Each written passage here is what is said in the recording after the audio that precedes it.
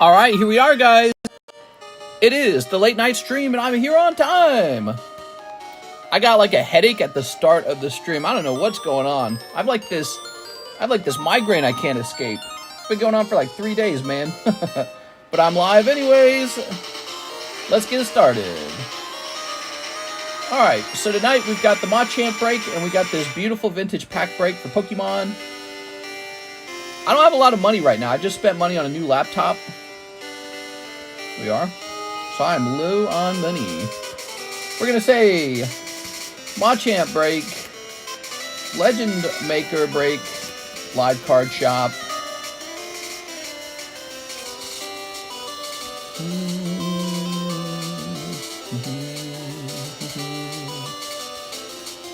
Tonight would be a good night for like a funny title. Let me see, do I have any funny titles?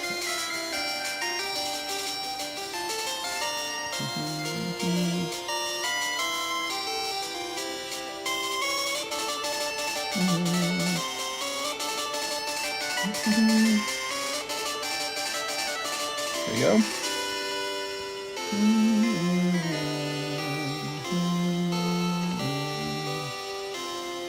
All right. These cards are definitely hot. I bet your mother's life on it.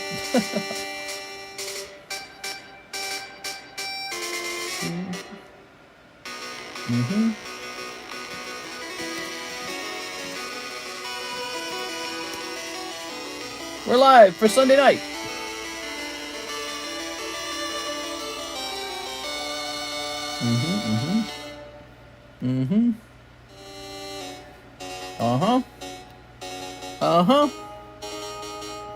I might not be yelling as much. I got a headache, guys. I took a painkiller. I don't know if it'll help.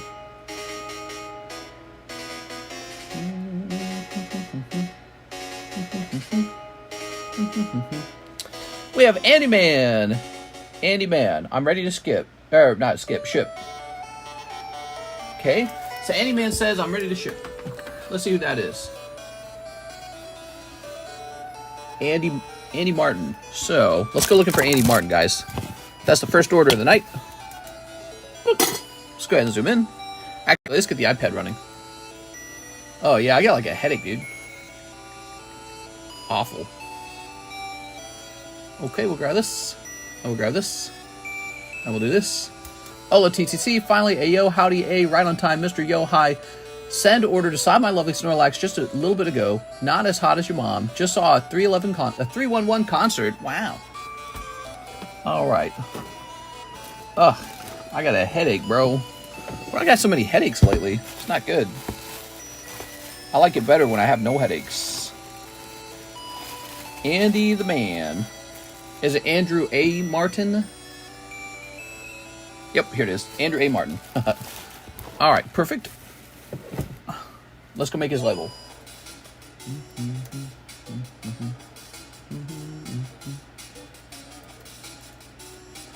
Looks like we've never shipped him before. Okay, let's grab your email. Scoopy doopy doopy doo doopy doopy doopy doopy doo. You need more coffee.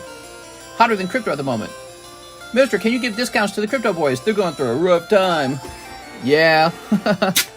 Bitcoin was really up after the Donald Trump rally, where he said the United States would buy a Bitcoin reserve, and it hit a high of like 68. It still didn't beat that high of 72, but it has since crashed back down to 54, probably on the news, coming out of the Japanese market, that the Japanese stock market is in a free fall.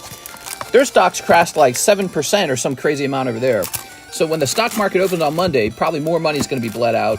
Just how it is, guys. Stock market goes up, you buy more stock. Stock market goes down, you buy more stock. That's just how it is. I feel the same way strongly about Pokemon cards, gold, crypto, all of it. You can buy whatever you think's the smartest thing to buy. Of course, you'll never know. You'll never know exactly when to time the market. You can't time the market, guys. I happen to be a big lover of Pokemon card investments. Pokemon card investments have done me well. Like a good Beatles song. Are you selling Japanese White Schwartz? Azure Lane boxes or only single packs? You could buy a whole box of them. You just got to pay for 16 packs. Hi, closing at work right now, taking one more delivery, may not get tipped. Aw, they should tip you. Okay, let's take a quick look at that stock market. Let's take a quick look at crypto. Last time I checked, Bitcoin was down to 54. All right, let's take a quick look. All right, jumping in here. Obviously, you know, that's going to reverse if Donald Trump... Oh, I got email. Hold on. So let's see. Bitcoin down to 53. Bitcoin continues to sell off. That's that volatility in Bitcoin. That's a pretty heavy sell-off. Pretty wild, huh? Trump's Bitcoin strategy comes under fire by Peter Schiff.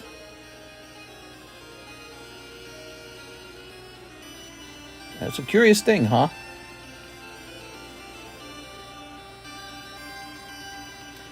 You know what? If Donald Trump pumps that Bitcoin market, it's better to be in it than not in it. But he might not win. That's the bigger problem. Donald Trump might not win. Yeah, I could be wrong, but I don't think we're going to get a LaFlame order tonight. Mr. LaFlame, if I understand, he keeps a lot of his money in crypto, so his wallet's burning up. Crypto goes up, and then crypto goes right back down. Wow, man, that's pretty bad. Wild stuff, man. Markets are down. I think he said he pulled a lot when it started dropping. Oh, really? All right, let's go ahead and adjust this. I guess that's what you try to do. We are. All right, not me. All I do is I put more of my money in Pokemon. Pretty easy, huh? But Pokemon crashes too. For example, between the years of 2021 and 2024, we saw a really heavy decline in a lot of cards that people thought were going to be worth a lot of money. Sun and Moon cards, Sword and Shield cards, those modern cards really crashed. They all fell in half. But, you know, it shows how powerful a market is. A market does not... People have to have the stomach for that, you know what I mean? Like, you have to be willing to just be like, that's fine, I'm negative. I might be negative for a whole year. If you have debts, like a 7% house mortgage, like I do, then you should also consider making payments toward that, because that's always a steady 7%. So, yeah, it's just how it is. All right, but here are my thoughts. Are you ready? Listen to my thoughts, everybody. If the stock market does very poorly, like crisis levels of bad, that is definitely going to cause the Kamala Harris presidency to fail, so she will definitely not take office. That will usher in a swap into Donald Trump. I had to sneeze. So for Kamala Harris to win, the economy actually needs to be doing really well. Whenever the economy does poorly under an administration, this strongly suggests that administration will lose. So you need to have a strong economy to win. And so, yeah, this is actually a big up for the Donald Trump campaign. He's going to use this. And my opinion, if he gets back in office, you can hate him for every reason under the sun. But if he does get back in office, it's my opinion that the economy will jump under the belief that he's going to probably going to reduce the cost of oil, the cost of fuel. And who knows? I mean, he's pro-business and anti-regulation. That Keystone Pipeline will probably start all over again. And I don't know. I think also Democrats will have this idea, okay, the socialist, entitlements are not coming. I'm going to have to get a job. And so they'll probably go work for a job rather than wait for Bernie Sanders, AOC, Kamala Harris to pay off their student debts for them or some silly thing like that. Also, Trump will probably demand that the interest rates go close to zero because he's crazy that way. He was talking about that when he was in office 4 years ago. All right, let's get started. So, we are a card shop. Those are just my thoughts, my analysis. Let's see what's going on. All right, we got Andy Martin. We got ZELLE. Jonathan Morris. He says slab away payment. Jonathan. So, Jonathan, slab away payment. I invest only in earthworm stocks. Well, you know, you had Warren Buffett had quietly sold off a bunch of his Apple stock. That was in the news too. So it's probably going to be a bloodbath when the stock market opens. Who knows? But I'm not pulling any money out, and I'm only going to put money in. Same with Pokemon cards. I'm not selling. Well, I do sell because I'm a shop. I have to always have something to sell, actually. That's kind of a contradiction. But in general, my collection goes up in value all the time. So I'm constantly pushing the total value of my collection up. And that's how I do it. You want to buy assets when the assets fall. You want to buy assets when the assets rise. You want to do both. But if you only buy when it rises and you sell when it drops, it's sort of like the buy high, sell low meme. All right, we have Torin McClure. Yes, I believe I did receive this, Torin. All right, I need to open the package. I did get a package from you. Here's Jesse Salinas, 1 Cardos Pokemon single, 1 Naruto KU. Here we are. Oh, yeah, that is one messy Weeping Bell. All right, but you know, when the stock market crashes, it typically scares a lot of people. I wouldn't be too scared about it, guys. It's not mostly going to affect your lives. Here we are. All right. In my opinion, this is not like the 2008 economic recession.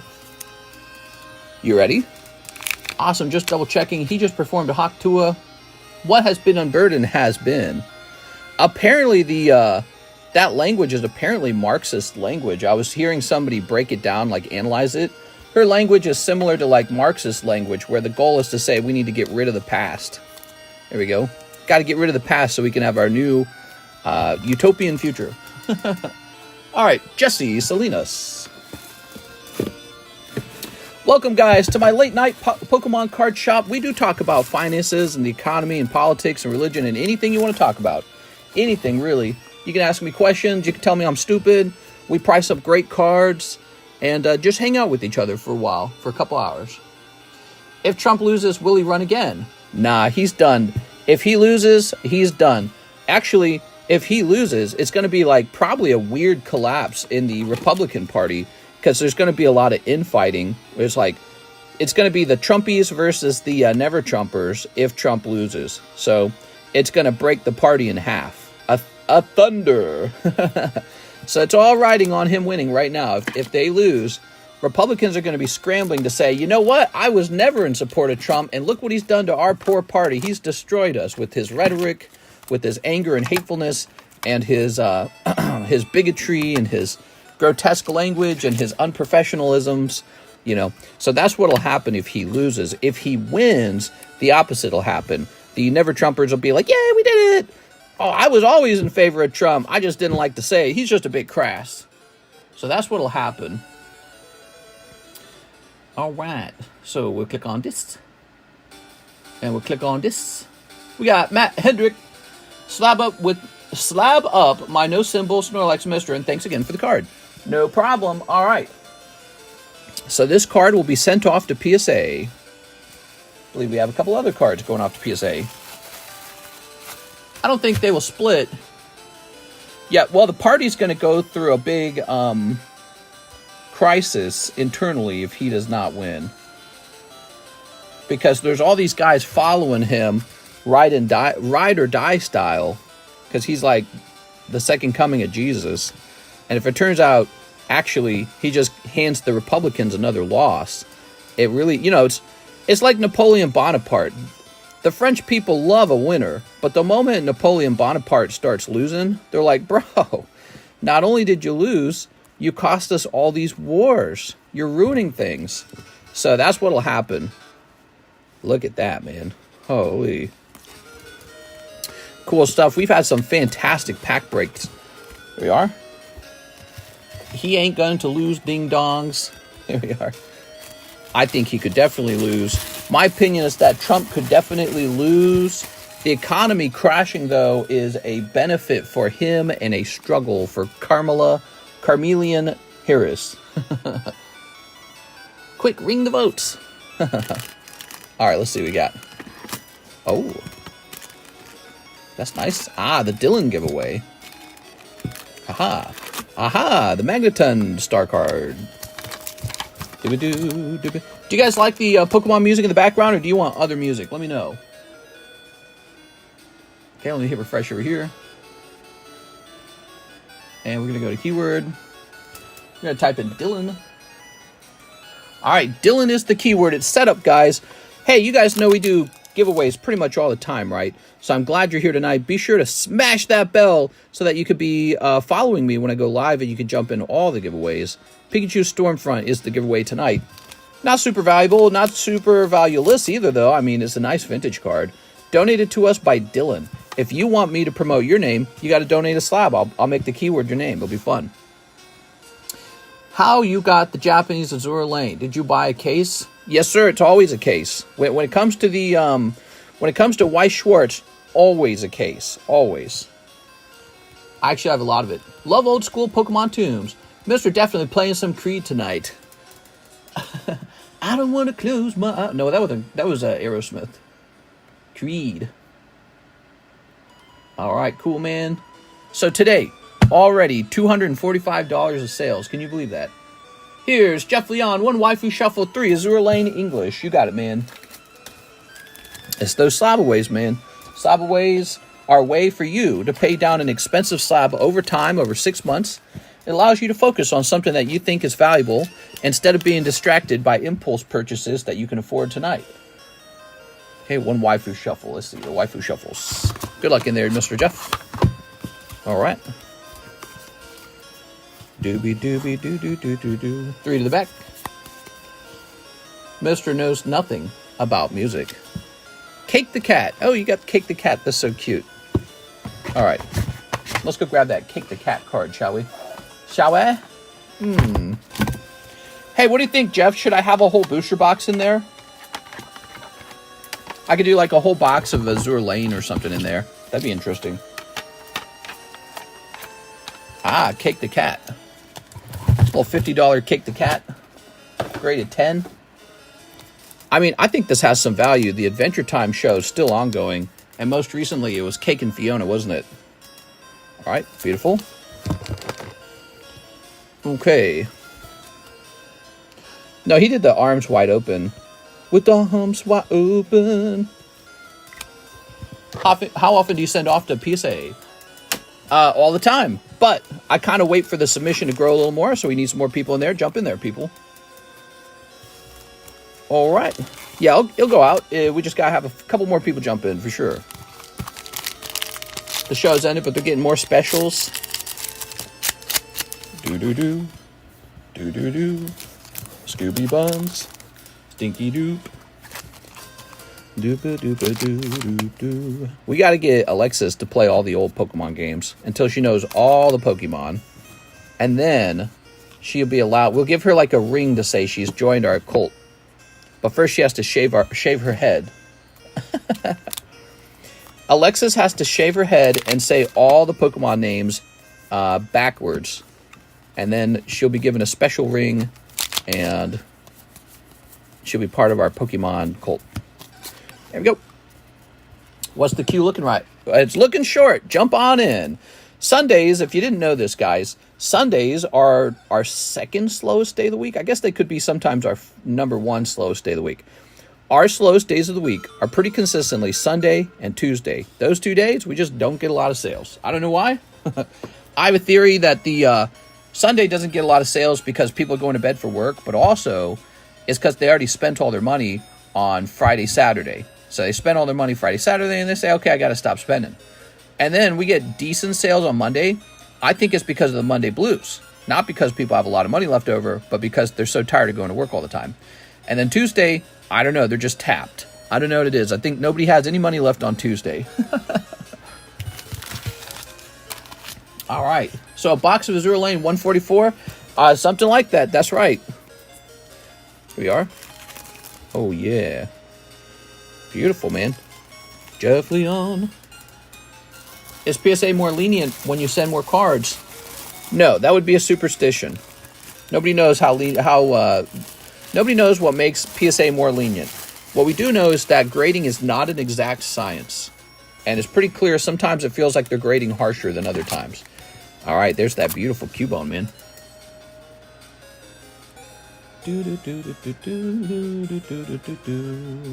Robert Breeding wants 5 Paldean Evolved. Robert Breeding, you got it. When NFL starts, you'll be done on Sundays. What? Oh, you're saying I won't get any more views on Sundays? Is that what you're saying? Well, lucky for us, our channel isn't really a sports channel, so I don't know about that. All right. So forgive me if I'm not as peckish tonight. I have a bit of a migraine headache going on. It's terrible, guys. Started the stream with the headache. How's it going to end? There we go. I've been followed by like this migraine headache for like 3 days. I swear to God. All right. Karis and I took a long drive today through Lake of the Ozarks. We were just exploring places. We went to a place called Backwater Jack's a second time. And I have to say, Backwater Jack's is a really nice restaurant pool. It's a pool, and we didn't know this the first time we went there because we were just exploring the first time we went there too. But the pool has rules. 21 years or older. Yeah, they actually ID'd us this time. They said, hold on, you're not allowed in unless you're 21. So they had us get our ID. Oh, nice. All right. Ting Lu. They required that we get our licenses out for us to get into their pool area. And you go in there, there's a lot of women in bikinis. I'm not making this up. There's a dude sitting on the side of the pool. He's got like this black girlfriend. It's this white guy with the black girlfriend. And he's like rubbing her hair and she's like leaning into like, you know, his legs. But then she's like touching the girl next to her, like on the arms. Really weird threesome vibes. And yeah, we just sort of realized like, wait a second, this place is kind of cool. We didn't realize, we'd only seen the place like one other time. We'd never gone there before. But we noted there weren't that many elderly people, which there's a lot of old people in Lake of the Ozarks. But Backwater Jack's has like this really steep hill you have to climb down and back up in order to get to the actual restaurant. And we realized this has to be acting as a natural filter. It keeps all the elderly people out. And then at the same time, they don't allow the kids in because it's one of those pool bars where they serve you drinks while you're swimming around. And the pool bar is gigantic. It's the biggest one in Lake of the Ozarks. I said, why didn't we ever realize this before about Backwater Jack's? Backwater Jack's is gigantic. They got the biggest pool. And I'm sure all these adults are pissing their minds out in it. So that's the one criticism I have of those pool bars. But yeah, this one's so big you could swim laps in it. I was like, oh, wow. All right. So Robert Breeding. All right, Robert Breeding. You never been in a love triangle? Well, this was probably not quite a love triangle. I think it was something else. But yeah, so we noted there were a lot of younger, sexier people wearing like bikinis and body tattoos. And here we are. Nobody seemed to be over the age of like at least 45. That's something we noticed. They had some nice live music going. It was cool, man. You had a big view of the lake. There were these massive boats going by. There was this black and red boat. It was one of those center console boats, but it was massive. And it had 5 freaking engines on the back. It was so cool. I was like, who's driving that thing around? It looked like it seated like 16 people or something. It was insane looking. But yeah, I mean, those must be really fun on 4th of July. They probably, you know, drive a boat like that out to the middle of the water where the fireworks can be seen. We don't have that kind of money, though. That's some crazy... Those boats are like $1 million. So there's guys out here who are rich. We're more middle class. We'll never afford a boat like that. Maybe when we're 40. Or maybe not 40. Maybe when we're 50. But not anytime soon. Here's James. But yeah, Backwater Jack's at Lake of the Ozarks. Look it up. It's kind of in a central location. And we're probably going to go there next week. We're going to go swimming there and have our dinner there next week. Mister, I don't live in America. It's Lake of the Ozarks in Missouri. Yeah, that's right. I'm living in Lake of the Ozarks, Missouri. I live in a lake house, so the water is right up on the edge of my lawn. Roche says, when you're shipping things out soon, looking to maybe get my bag shipped. Well, you can ship your bags anytime you want, Aaron. I always send less quality cards with mint cards, and it's a damn near always worked in my favorites. Noticeable. What? I've graded around 5.5 thousand cards in the last 2 years. Mr. A swinger now? A swinger now? What are you talking about? All right, let's see what we got. Oscar Diaz. He says, send the Silver Surfer to PSA. All right, you got it, Mr. Oscar Diaz. All right. Oh, yeah. Here we go. What's middle class? Who knows? Who knows what's middle class anymore? It seems like, You have to make like over $100,000 a year to be middle class anymore. It's really depressing. It shows, I mean, I feel robbed. Don't you feel robbed by the government? The government's spending up all your money, and now you got to make like $120,000. But it's not like wages kept up with that. It's not like there's a bunch of jobs out there paying $120,000 a year. Here we are. There we go. All right, what we got? Woohoo! We got Ricardo Bando. Hey, mister, here's 25 towards my Snorlax. Brr. All right, you got Ricardo.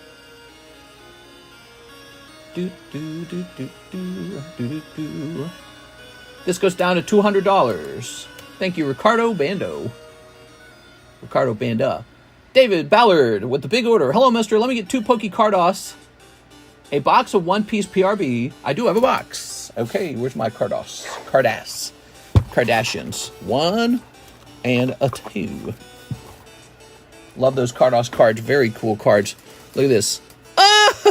Oh, nice, dude. Picking up that holographic Mewtwo. That was a great round for you, man. You also got Gloom over here. You guys, when you open up this Cardos, you can pull Mewtwo, you can pull Charizard, you can pull Gengar. They're all in the box. I mean, it's a recently stocked box. You can tell by this right here. See how much is in the box? And yes, Charizard is in the box. There it is. All right, great pull, man. PRB001. All right. I know a drug dealer that makes $120,000 a year. He worth $7K. You have to have a side business or hustle. It sucks, but it's necessary. Hey, I found an Eclpise blister pack. That Mewtwo is those Pokemon Poker cards are really cool. I'm a fan. I got my Gengar collection done. And other than that, I just kind of collect the Charizards for now. And what I've been doing is I bought up a bunch of the decks. So I'm just sitting on them, kind of waiting for everyone to go crazy. Those decks are going to go up in price. All right, there we go. Yeah, I like the poker cards a lot. Some of the best looking cards in the hobby. I find it funny when people say they look bland. It's like, well, they look simple. And that's what's good. That's actually the best part about them is they're very simple. It's a very pretty look. It's a minimalistic look, you know. It's a plain card. I like how it's got like the Pokédex information here and Beedrill up there. Poison bug type. Awesome. I love the simplicity. All right, what we got? It makes me want to play with like a deck, which maybe I'll sell like a playable deck or something in the future. Ooh, we should do that. We should get like a whole poker deck and play like solitaire or something. All right. Hey, what if we played blackjack but no gambling involved? Strictly no gambling. Just for fun. And we played with like an old poker deck. That'd be cool. I think that'd be crazy cool. It's a true God pack is 1 in 1,000 cases. I doubt it. Not that rare. All right, let's do it, David Ballard. Not that rare. That'd be ridiculous. Okay. Here's some hollows. Here's... this girl here. Konnichiwa. All right, konnichiwa, girl. Okay, we've got some of these. Hi. What's up, Six? How's it going, Six? Oh, yeah. We got strong, grippy hands guy. Uh-huh. Oh. All right, there's some cold ones. Oh-ho.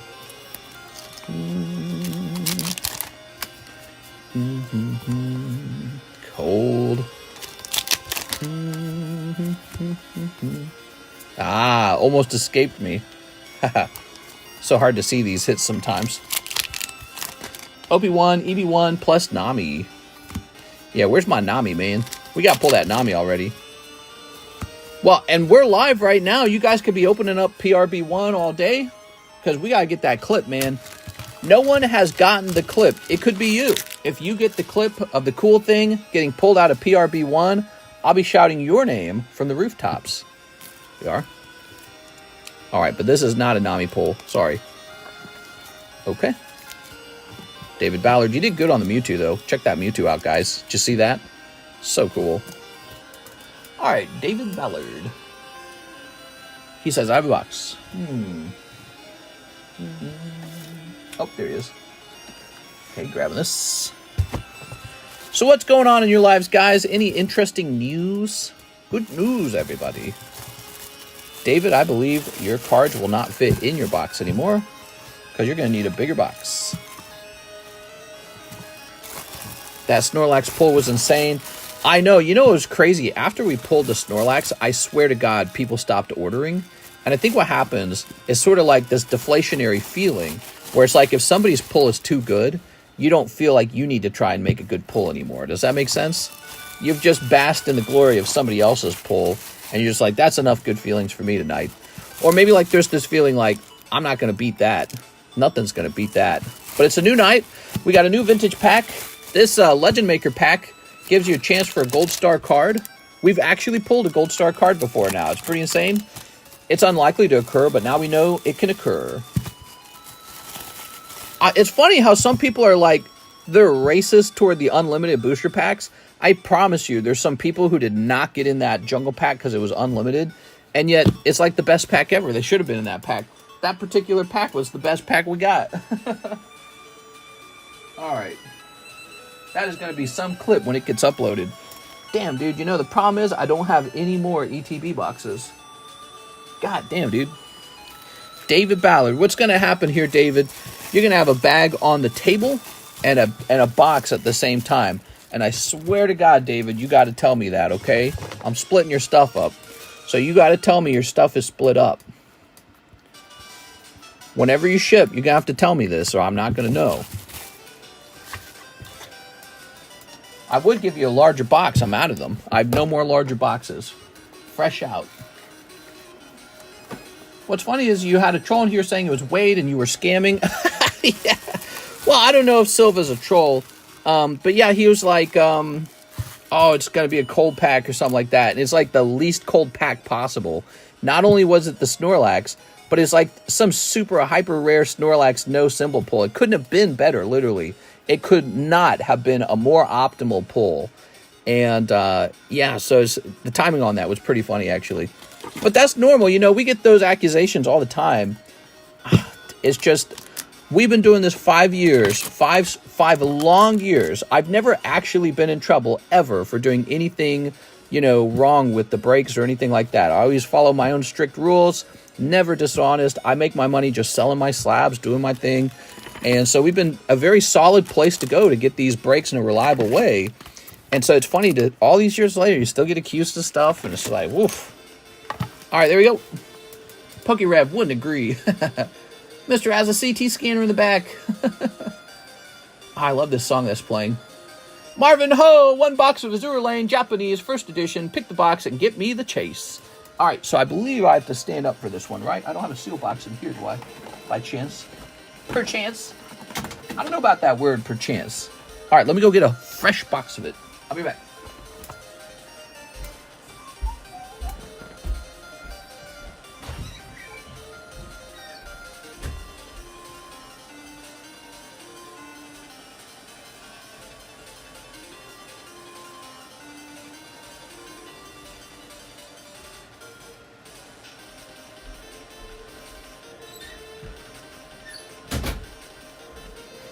All right, I brought 2 boxes, and I'll tell you why. Because if you don't get what you want in the first box, there's a high chance you'll go crazy and get the second box. That is generally how it goes, okay? So good luck. May you pull what you want out of the first box. Ready? Whew. Mr. Get 2 boxes. I actually ordered 1 too. Oh, sounds good. All right.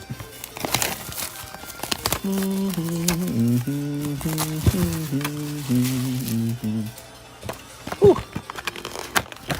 Leonhardt raid. I can't believe Leonhardt hasn't reached out to me, man. I thought he and I were going to be besties. They are. All right. Snipping this.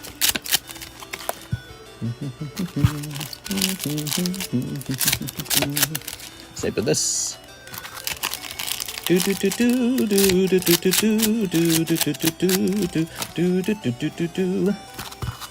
wonder if they have Bandai Gundam cards. How many spots on EX Sandstorm? We're not doing Sandstorm tonight. Is EX Hidden Legends? I think there's 2 spots on it.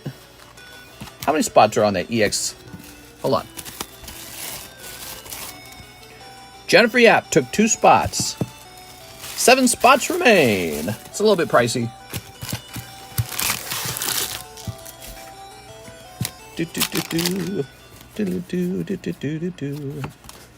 Hurdy-turdy.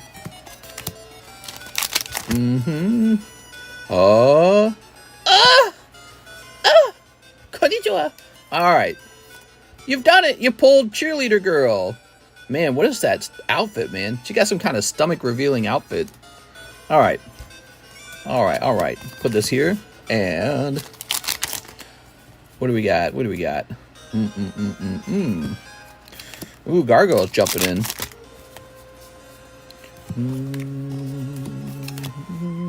Oh. Scooby-Doo. Here's a holo. Holo in the cleavage is crazy on that. All right. You got the Christmas girl.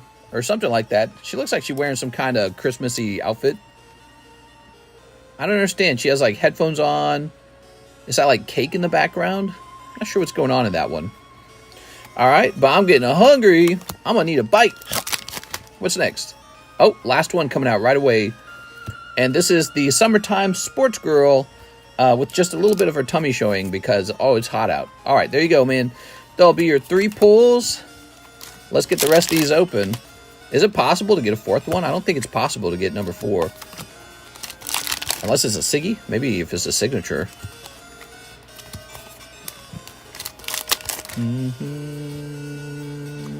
Here's a holo. Mister, why don't you keep all your product in one room? Doesn't fit. Pretty simple answer to that. Doesn't fit. All right. As much as I'd like all the product to be in one room, definitely does not fit. Not enough room for it. Actually, if I could take you on a tour of the home, you'd see I have this massive room for inventory, and it doesn't all fit in there. There we go.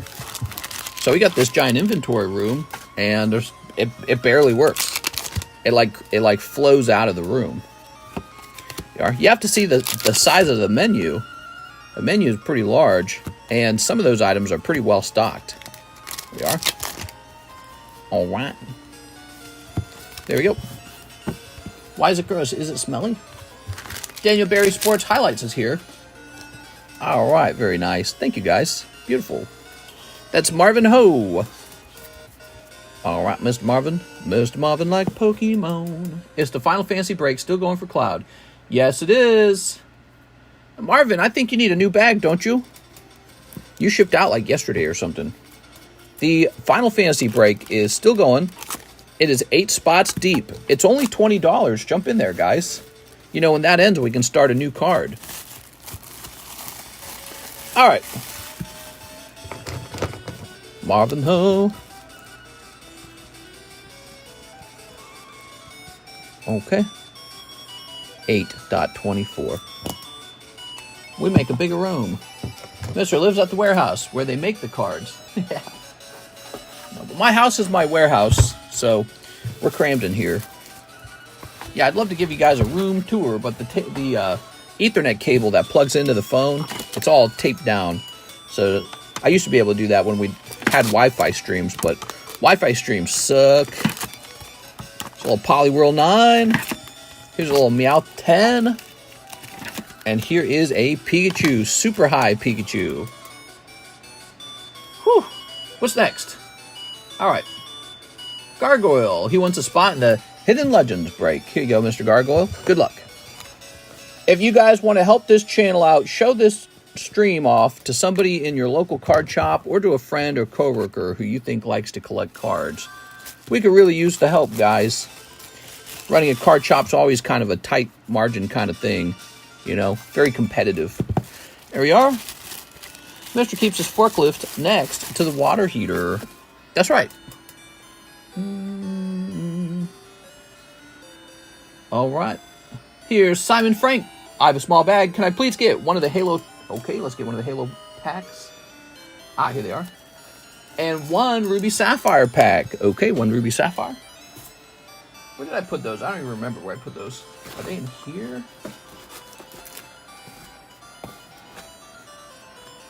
I do not remember where Ruby Sapphire popped off to. Where did we put them? Oh, right, I recall now. We put it back here. That's right. Here they are. Haha. Okay, Simon Frank. I got my package for my first orders. That was fun. Nice, dude. Glad to hear that. All right, what we got here?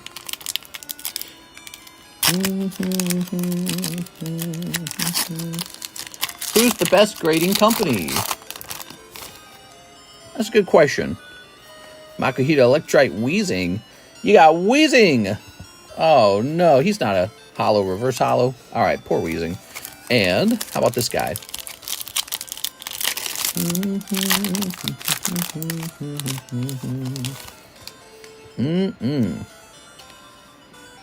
Hot in the Shade. Under the Monster. Whoa, that's a cool one. Wow, definitely grade that one. Look at that, guys, with the scarab in the back. Looks like there's 2 scarabs. Okay. Chief's Charge. Brutal Encounter. Surrounded. And Capture the Flag. All right, nice pack there. There's no hollow in this pack, though. When you open these, you hope to snatch a hollow or a hand-drawn card or one of those, what are they called? Lenticular? One of those lenticular cards or an embossed foil. Wow, look at that. I love these sleeves. These are big sleeves, so they fit the whole pack in. I love it. All right, that's Simon Frank. Thanks, Simon. Nice to see you again. I'm thinking about CGC since they have the better prices. Ugh. I think CGC, you lose a little money if you get a gem mint because a PSA gem mint would have been better. But if you get lots of pristine 10s, you actually do better with their pristine 10s and their lower price when you mix those two things together. I was thinking of offering people CGC grading soon. I like the new PSA slabs. Me too. I like the new PSA slabs. Okay, thank you so much, Simon. Brandon Bossler's here. One Piece PRB. Oh, that's empty. Toss that away. Okay. Here we are. Haha.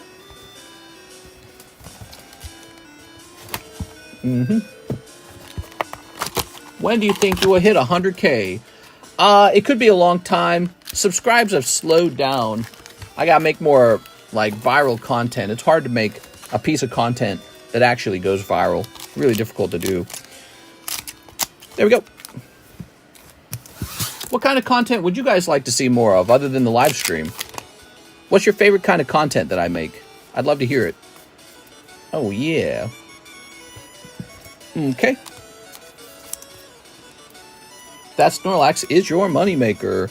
He's going to do all right. He might get like 10,000 views. Brandon Bosler. Mr. Brandon. I like the TikTok where you burned the bulk. The walking stream. Yeah. That did not perform well. What are you talking about?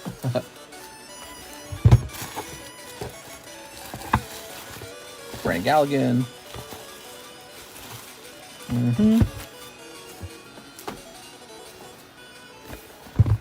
Bill, Birdie, Brick, Brandon Record.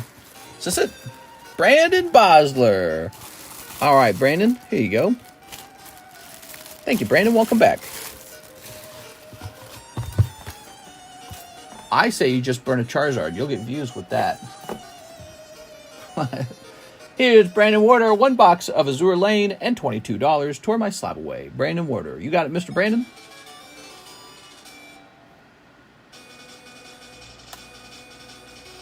$300 minus 12 is $288. All right. You got $288 remaining. 1 box of Azure Lane. Here you go. Let's see if your box is the better box. What do you think? Show us business side of this. I'm interested in how it works. We are. All right. Well, I put my little cheeks down in this chair and I go, "It's a me, Mario." Do do do do do do. Then we open up girl cards and I go, "Ah." That's pretty much it. Manga's still brutal to pull. It's OP5 all over again. Yeah. Brutality.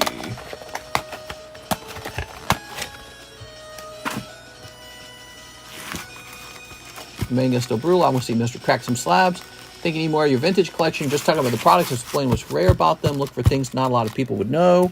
That's pretty solid advice, I'd say. All right, let's snip this up.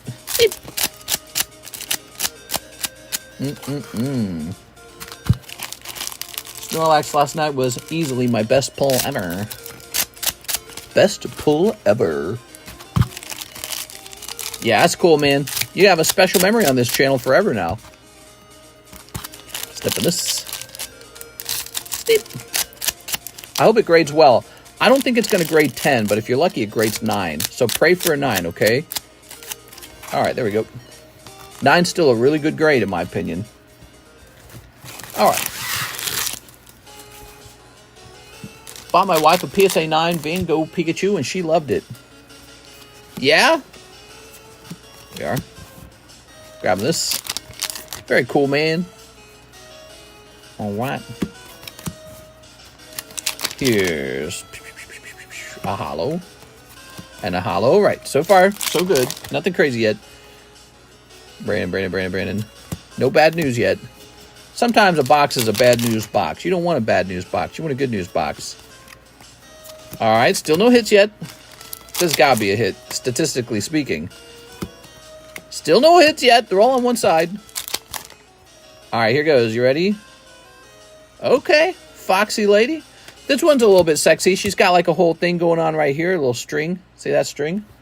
A little naughty. Not as naughty as the others, but it's still pretty good.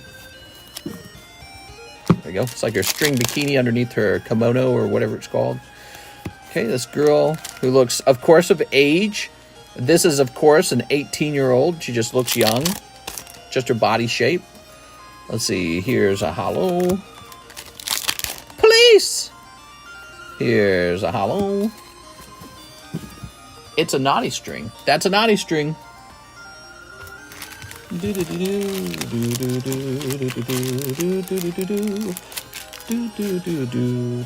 Oh, okay, here goes.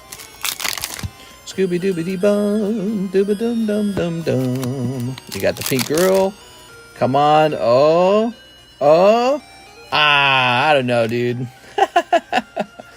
I don't know. It's always weird when you got like these anime sets with like sexualized women in it, and then they throw in the 13-year-old girl. I don't know, dude. What is up with them Japanese guys? It ain't right, man. I don't know about them Japanese guys. They got different rules over there. They're playing by a different set of rules, I think. All right. This is just for adult grown men who like to collect young girls. Yeah. I have a totally platonic interest in that. Here we are. Let's see. Last try. What do we got? Yo! There we go. One waifu. All right. All good. Your box was not bad at all. Shake my head, says Marshall Weber. Will Pokemon hold its value more than gold? Yeah. I mean, think about... Look, if you cherry pick it, Pokemon's a very, very good investment. Look at how Evolving Skies went from $130 a box to like $700 a box. If you had bought gold, it would not have come close to the way Evolving Skies went up in price. And Evolving Skies, by the way, was very predictable. Like, you could have easily said, oh yeah, this set is going to the moon because it's got Moonbreon in it. So it was fairly predictable, you know. And then you got like the vintage booster packs. Those have steadily been rising. Vintage cards still hold a lot of good value from 3 years ago when they kind of peaked. So the value is still way up, and it's impossible to find them on the market. You know, sometimes you just can't find what you want. They're just all sold out.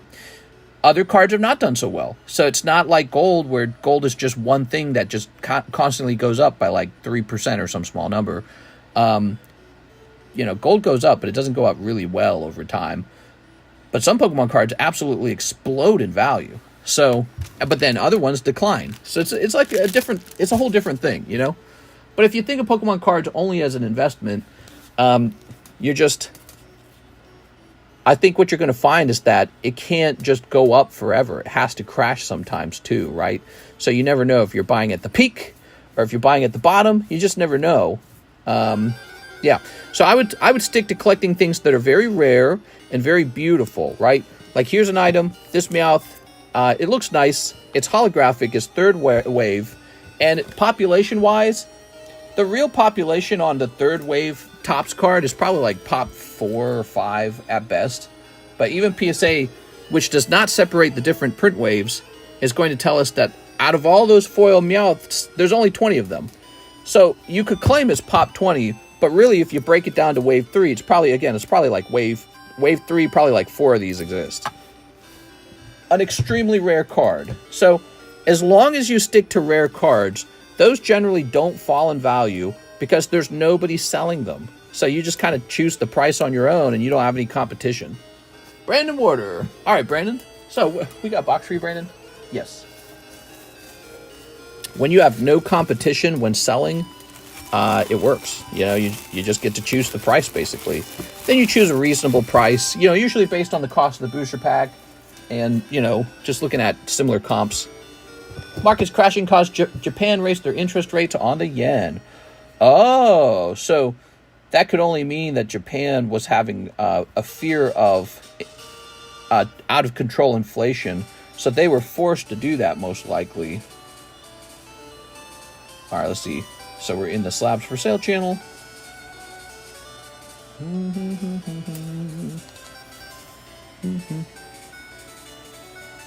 Okay, we take a picture of that.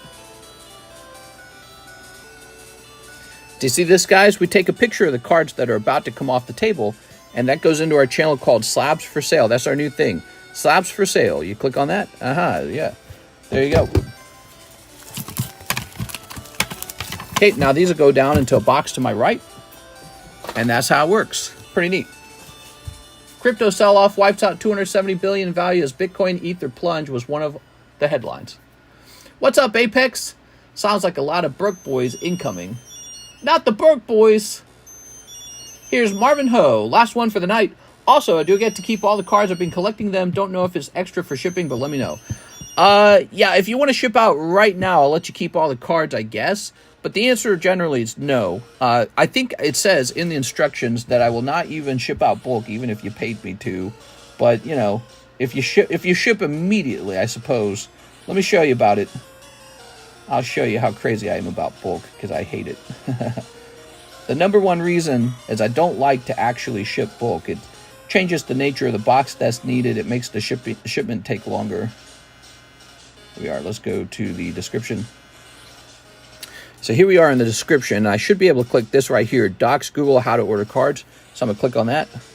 Open it with Chrome. All right. Here it is.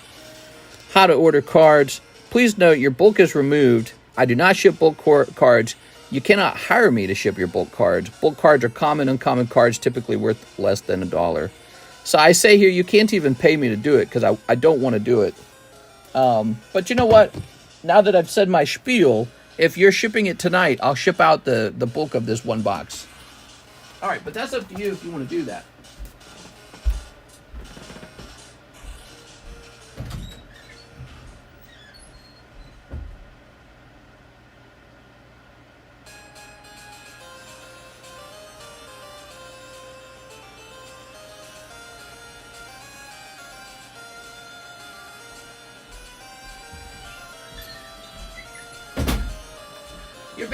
You're basically a new guy. Think of the nature of it. Let's say I said yes to you. Well, then everyone's going to ask for that. And then shipping changes dramatically. Suddenly we need bigger boxes, heavier labels, more time to put everything together so nothing gets damaged. So we don't like the bulk. All right, you ready? But that's normal. All the rip and ships are the same. All right, good news for you, young kids. In a week, you can invest your 401k at fire sale prices. Yeah, if it doesn't go down further, right? Because right now, the stock market's pretty exploded. Here we are. Missouri Lane sniping, huh? Japan's worst loss since 1987. Yeah, should I be buying Japanese stock? Should I be buying, like, Nintendo? You ready? Here goes.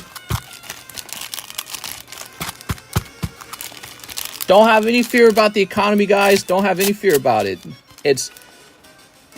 You're in it for the long run. It's buy the dip. Always buy the dip. That is one thing we've learned over a long, long period of time.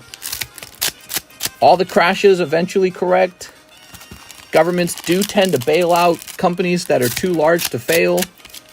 And just how it is. Just the human race doesn't want to live in mud huts. They want to live in nice buildings. So no matter what happens in the financial sectors, it all eventually recovers because everyone just goes back to work. You know? Stocks could be overpriced. And you know, that's just how it is. Rich guys pulling their money out while it's at the top because they want to pull out while it's at the top, and then they want to repurchase after the fear and the crash occurs. So they go, okay, scare everybody, shake everybody out of the tree, and then once everyone's scared and pulled their money back out, we just buy back in. I promise you, they'll all buy back in, all of them. I have a sip of my drink.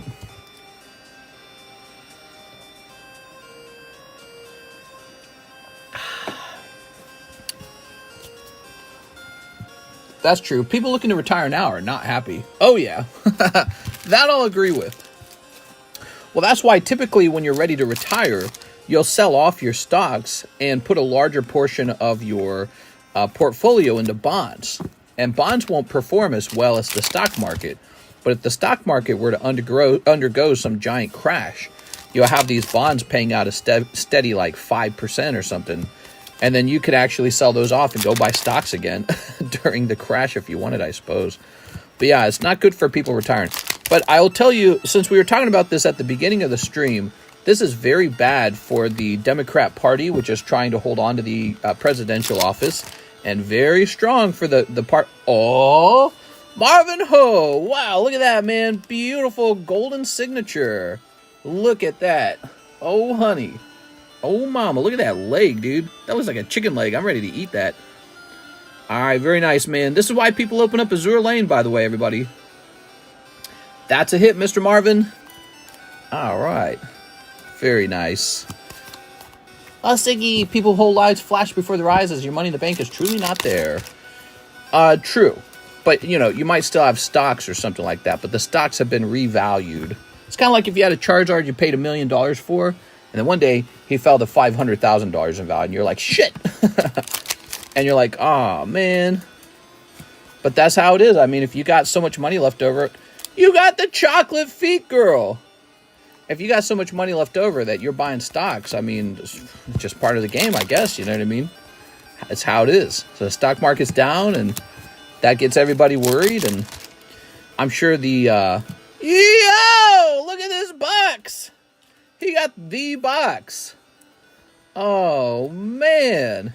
You're going to make somebody jealous over here. Look at this box. You got the feet chocolate girl, the waitress girl, and a signature. That's pretty good. Now, will he get a fourth pull? I don't know if you'll get a fourth pull, but there's a chance. No. Okay, that is the signature counts as one of the three. Oh, my God.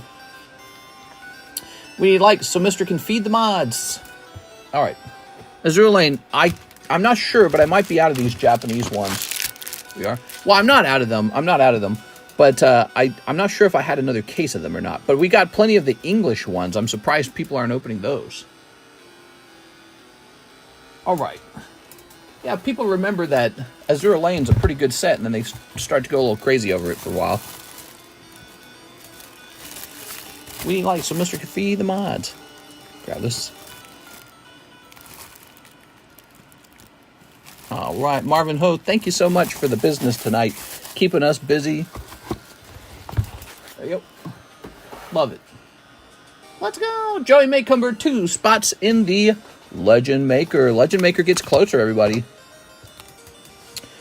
Joey M. All right, this is an expensive break. And people want in because it's a rare set with very unusual pulls. And the reverse hollow slot is always valuable. So somebody got to make their money back on that reverse hollow slot. The other guys, maybe not so much.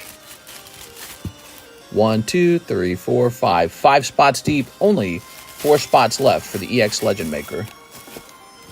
Okay. That's a nice Typhlosion. Here's another Pikachu. That Pikachu going in the hollow shuffle. Okay, 4 of these. Actually, we're going to do 5. All right. Old Maid Pikachu. And it's going to say -5 as well. So the -5 is for the star card. All right. Good night all, and good night and good luck all. What does the EX Legend pull mean? EX Legend is a really nice vintage Pokemon card set.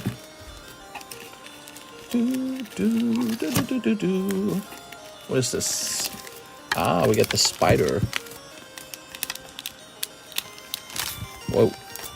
That Weeping Bell is a quitter. There we go.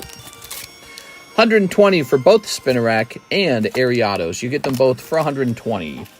And then over here we've got this guy. So we got both of these. These are double slabs. 120 for Houndoom, Houndour, and Spinarak Ariados. These are pretty nice. Those are from Team Rocket Returns, and they are first edition. Team Rocket Returns Japanese there, guys. Here's Scyther.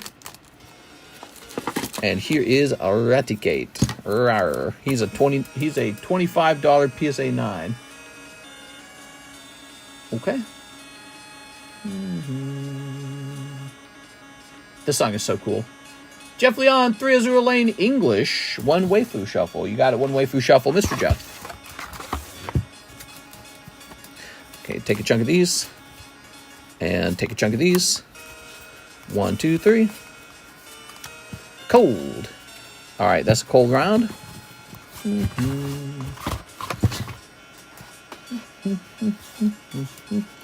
I saw that, Kendo, people buying them for crazy prices. What's going on for crazy prices? Leaf Trading Cards made a Hawk to a Siggy card. It says, I love Pookie. What? We are. Now, 3 English. Man, that is a cool song. All right. Woohoo. Snipping this. Snip.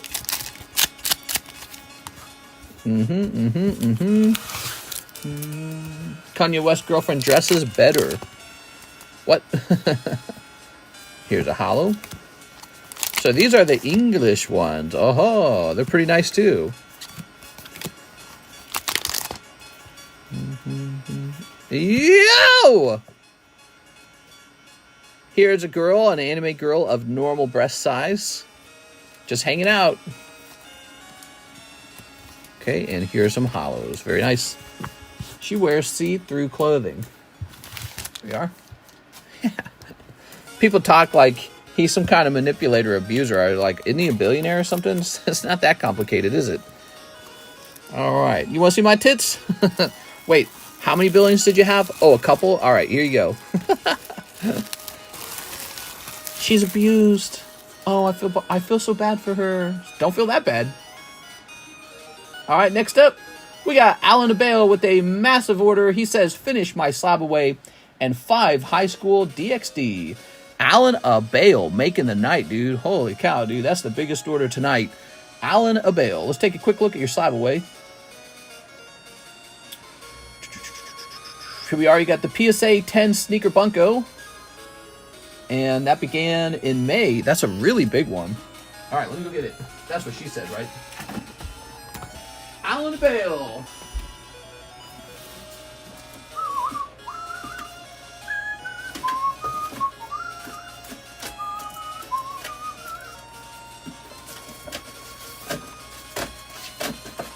Sneaker Bunko.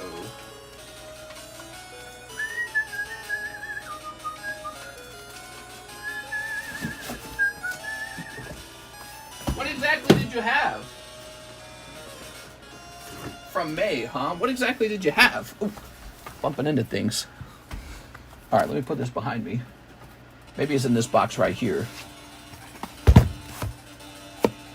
Oh, is it this? Oh my God. Check it out, guys. Holy cow. You don't understand the value behind those girl cards. Well, this one just finished selling for $1,000. So there you have it. There's some kind of value. I mean, if there's an economy to it, there's an economy to it. It's as simple as that. It's as simple as that. If there's an economy to it, there's an economy to it.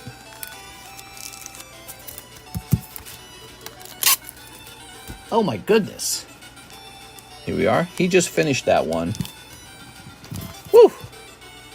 Holy moly. You can go online and see them selling there as well. There you go. So there's definitely some kind of value to them. Thank you so much, Mr. Allen. All right. 5 high school DXDs. Oh my goodness. There you are. That came out of Sneaker Bunko, by the way. If you guys want Sneaker Bunko, it's on the menu. However, it's a pretty pricey $21 a pack. Sneaker Bunko. All right. U.S. Tech down 1,000 points. Get ready, says Ben the Train. It's Breaking Benjamin. These two. Buy the dip, buy the dip, buy the dip. That's what everyone will be saying. And then it'll crash further. It'll have a dead cat bounce. Where it will recover for like a day, and then it just goes even further down. All right. Chevron leaving California. Thanks, Governor Newsom. I heard about that. Chevron. Remind me, what company is that again? Chevron. I heard about that, but I didn't look up what Chevron was. It's so familiar sounding. It's the car company? Oh, it's the it's the energy company. That's kind of a big deal, by the way. Chevron. That is a major oil company. They will still have operations in California, but they're... Oh my God, dude. They'll still have operations in California, but they're moving their headquarters to Texas. Man, I should move to Texas, man. If that's where all the businesses like to go, if they all like to go to Texas, that's where everyone should be going. We are. All right. Damn it, Newsom. Yeah, I mean... That's all those jobs heading over to Texas rather than California. We are. I think it shows... Listen, here's my thoughts on this. It shows that you can't just raise the price of taxes and the rules and the regulations to some willy-nilly pie-in-the-sky level of some sort of socialist utopian ideology where it's like, oh yeah, we'll just tax everybody. You can't do that because people will leave. And that's what's happened. They said, all right, we're throwing in the towel. We're out of here. The higher the taxes go, the more likely more companies will just go to. Like, how hard is it for them to just calculate how much it is to move? And then they just move over to, like, Texas.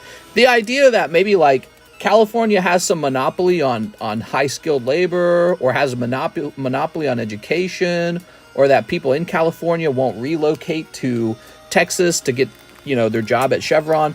You're just wrong. Of course they'll do that. And so that's that saying, money always goes where it's treated best. Money does always go where it's treated best. And so the worse you treat it, the more likely it's going to head out. So, California's got to think that way. I think at some point California will have to become more competitive. Because here's what California will have. It'll have all the people mooching off the system going, we need money, we need money, we need money. And all the money makers like Chevron will be gone. So you have this insane deficit at some point.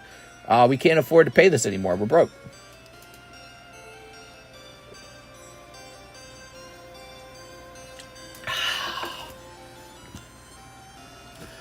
Until Texas sees how much money they're missing out on and raises taxes. Well, the Texas people could vote for that. The Texas people who are clueless about money could vote for that. The founding fathers said only landowners, and I think that's because they wanted you to be invested in the country. But also, it's kind of fascinating. You have to be good enough at money to be able to afford a chunk of land. So, you got all these people who are, they're broke. They've ran up their credit cards. They don't want to work, or they're bad at work. They won't go get a new job. They're addicted to drugs. They got mental problems. And they're all allowed to vote. They can all cancel the vote out of people who know how to earn money, save money, invest their money, grow businesses. So we're at this point where it's like Texas could be this great business place, and then one day enough people flock over to Texas and vote to change it from what it was that made it an attractive place to move to in the first place. So you see this kind of problem occurring. Alan Abale. All right, Alan. Alan with an A-L. Want to know why Texas jails are low per capita? They don't have air conditioning. Oh, my God. That's enough to scare me out of not breaking the law right there. No air conditioning? Whew. That's wild. I mean, that's not so scary in a state where it's nice and cool. But Texas is a southern state. That would keep me out of jail all by itself. I'd be like, no way. Not going. Just going to follow all the rules. All right, there we go. Everything causes a power outage in Texas. I'm sorry, doesn't California also have power outages? I don't live in either state. I'm saying I hear about California power problems all the time. Here's Aovic. Mr. Aovic. All right. But you know, for a state that's rapidly growing, having problems with your power grid and infrastructure is probably going to be a serious problem. But I don't think California is growing. California is contracting. Texas is the one that's rapidly growing, correct? Here we are, Aovic. Brilliant Star 6 booster box case, good investment. Big lawsuit going on right now about prisoner deaths because of heat and dehydration. Damn, dude. All right, we got 6 so far. That's wild. I did not know that. All right. Well, maybe they should build they should design the prisons to maybe run with no AC, but to not be too hot that the prisoners would die. I don't know how you would do that, though. All right, let's see what's next. But I like the idea of saving money in the jails. That's not so bad. Okay, next up we got Jeff Leon. Roll again. 1 Waifu Shuffle. 3 Azure Lanes. It's kind of cruel and unusual to not have air conditioning in a hot place. But, yeah, I guess it saves money. I don't know, man. That one's got me on the fence. Okay, you ready?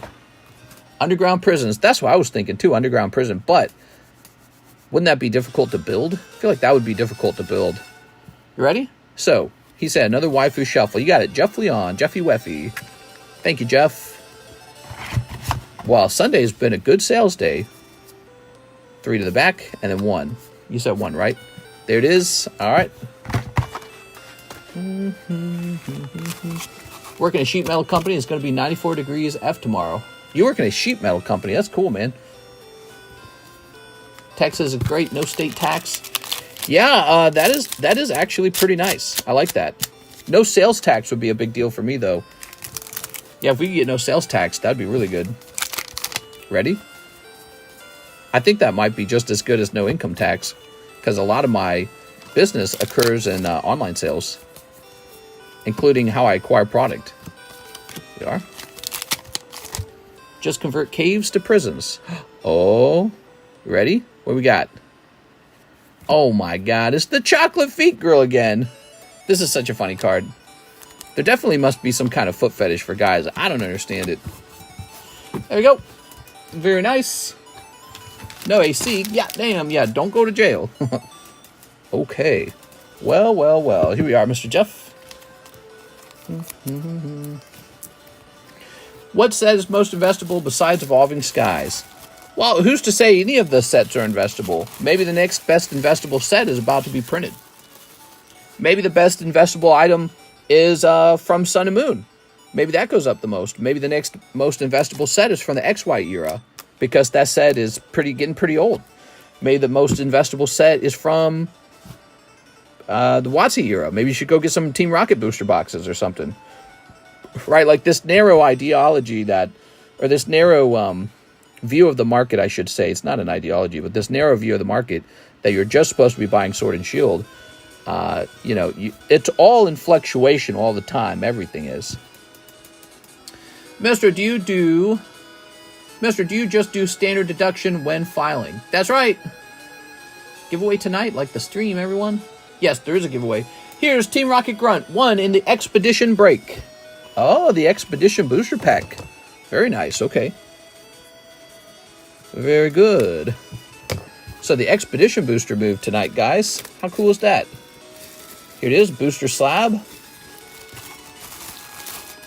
How many people we got in there? 1, 2, 3, 4, 5, 6, 7, 8, 9. So you got 9 people in here. All right. Let's go report that over here. Stock market is up, buy pokies. Stock market is down, buy pokies. All right, check that out. 9 out of 22. It's almost halfway done. All right, cool.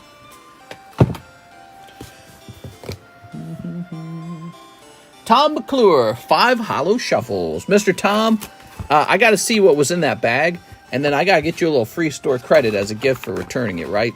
So here we go. So, Torin McClure, 1, 2, 3. What'd you say, people? I missed the boat? Oh, not at all. Ready? 1, 2, 3, 4, 5. It's not about missing the boat. It's about collecting something that you think is pretty and nice and then just leaving it alone for 20 years. Leave it alone. Torin McClure, you got a cold round. I'm sorry, bro. Torin McClure. Here, star me. Oh, yeah. Poke Market is okay, although I've been getting some amazing offers from sellers on cards I've been watching forever. Yeah, me too. Here's Ivysaur for $100. Golduck for $200. And Pikachu. All right, now give me a moment. I'm going to go get that bag that you returned. Thank you so much, Torin. Let me get that bag.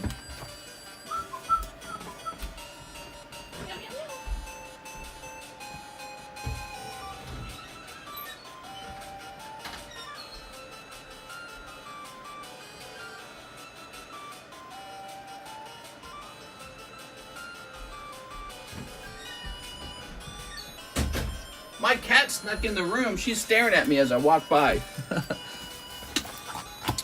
So, you accidentally got Troy's bag. Very interesting. Carmine. Okay, so he had an Iron Thrones and a Carmine in it. All right. What do you think that's worth? About 20 bucks, maybe? Troy with a T. Over here. Thank you so much for returning it to me. Let me get you a store credit. Now, what would have happened is we would have figured out his bag was missing one day, and then he and I would have just worked something out where I replace all his cards or give him a bunch of store credit. But since you returned the cards to me, you saved me a bunch of time, so I really appreciate that. So there's the value of those cards. 25 is probably more. Did you hear the RFK Jr. bear story? The bear story? I have not. What are we talking about? The bear story? All right, there we go. Okay, what next? We got an order from Cleek. Brandon Bosler, 2 more packs of One Piece PRB. Brandon Bosler, the man. Okay. Put these 2 here. Look it up. It's crazy. What, he fight off a bear? Don't tell me he fought off a bear. Snipping this. Snip.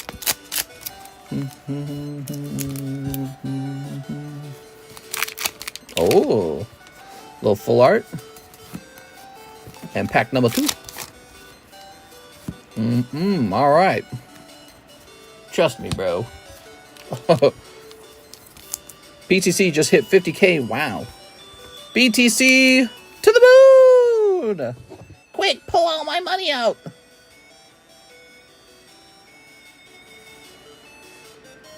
Oh, man. Oh, no, bro. It's going back down. Quick, buy the dip. BTC going down to 44K. He legit was trying to collect a dead bear cub for neat. 10K gone today. We are. I think that's just how it goes. Everyone just keeps pulling out, hoping that they pull out before the bottom hits. And then when the bottom hits, they hope to buy back in. But it's like, it's gambling, dude. Date investments and markets don't marry them. Buy the dip and forget. All right, Brandon Bosler with the B. It just shows you how hard it is to be disciplined with money, because it's like the urge to play the market. You know, the fear to sell out and get out of the market is there. You know, it's palpable. I'm sure the regular markets are going to do that today as well. The regular markets today are going to plunge. All right. But that's an assumption, by the way. But so I want to mention this is actually good news for the Donald Trump campaign, because this is exactly what they're hoping for. By the way, the news says Kamala Harris whirlwind search for running mate enters final hours. The vice president intends to keep her selection under wraps until they make an appearance together on Tuesday. So we're going to know her running mate on Tuesday. No news on the stock market on the front page, really? Let's look up stock market news. What the hell? Computer crashing over here, man. Japan stocks plunge over 12%, confirming bear market. Whew. South Korea's Kospi sees trading halt.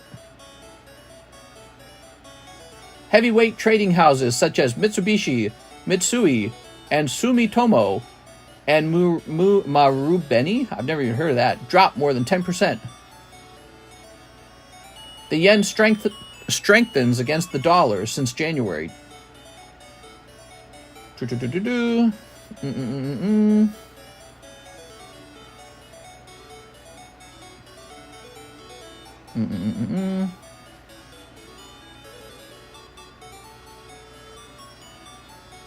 just reading. South Korea's market fell by 8%.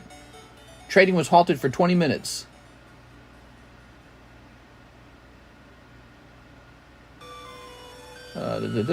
Investors are awaiting key data from China and Taiwan this week. That's it, guys. I'm cracking out the silver. I do actually have silver for sale. I don't know if you guys noted that. We have some silver coins for sale. Check that out. You want some silver? We got some silver. That's what people do when they're scared of the market. They buy silver. I don't think this is enough to truly scare people, but, you know, obviously it's notable. All right. EU markets open in 36 minutes. That will really tell the picture. All right. Let's keep going. It's funny, man. Actually, we just ran out of orders. Whew. Buy the dip. It's all a movie and a show. Enjoy. Possibility of a new war. Silver is dipping too, mister. Lol. Oh, really? Well, you know, maybe that's because everyone wants to hold cash. You know, so they're selling off their silver going, oh, this is it. I need my cash or something to buy whatever they're going to buy. I don't know what they're going to buy. Well, let's see what we got to work on right now because if we have no orders in the queue, it means I can do anything I want. If you pay attention to the show, you can make money. You have to buy the silver mine. Mr. Roll It. Yeah, let's roll it for the giveaway. Here we are. All right. Let's start rolling. We've got Shinobi. All right, Mr. Shinobi. Okay. Roll it. We've got Aovic.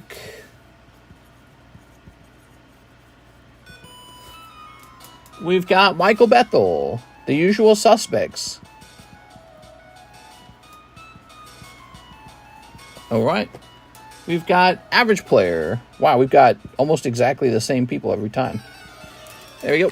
All right, that's a bunch of people added to the list on the giveaway. Man, I think I'm a little tired of the Pokemon music. Postak Pokemon music. Woo! Trump's live streaming with Aiden Ross tomorrow. That's so funny, dude. Let's see. Let's turn on some Super Mario, maybe. Oh, we got to turn the speed down. We got the speed turned up. There we go. All right, Mr. Read by Discord. It's the full RFKJ story in a nutshell. All right, it says.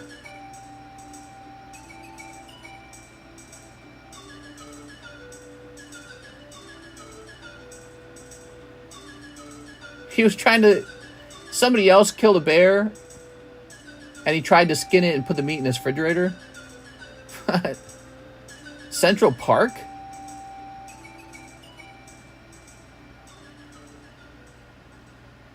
That's funny. He had a funny past, huh? All right. What shall we do now? Let's talk about the breaks. Notably, none of the breaks have ticked along much. Actually, there was one spot, the booster pack moved tonight, the Expedition Booster Pack, but this poor guy has not moved. Here's this lovely guy. Legend Maker is real close. That's one of the closest breaks right now. What a wacky guy.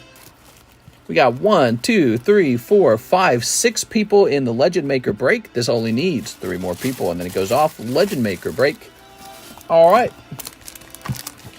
Got this fancy, expensive Charmander. Cubone.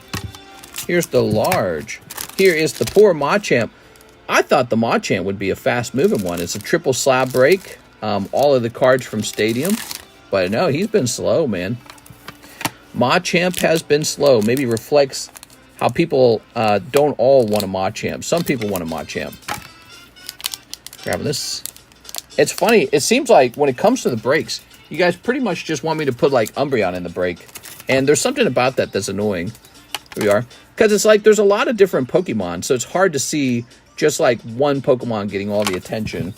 You know, I think I'm sharing some of the same annoyance that other people do when it's like, oh, all anyone wants is Charizard. You know what I mean?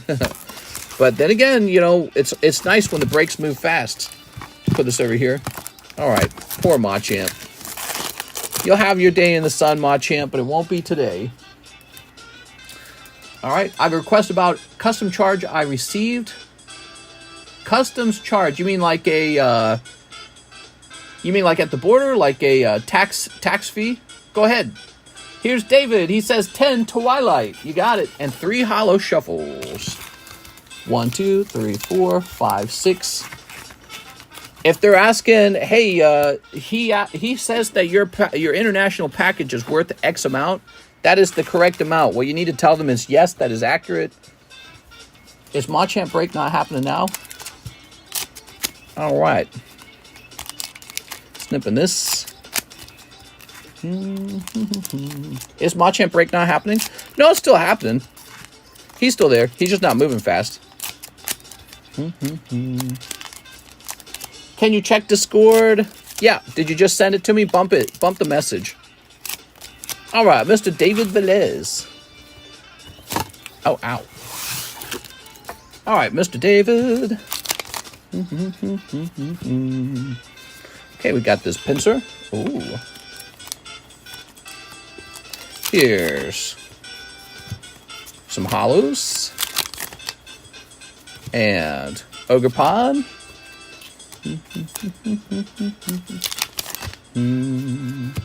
Okay, some hollows.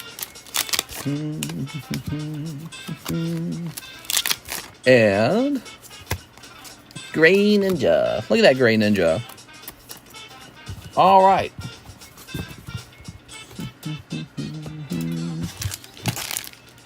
Okay, that's for David Velez. Take a look at that. Really nice. Let's go looking at your hollows. He said 3 of these. 1, 2, 3.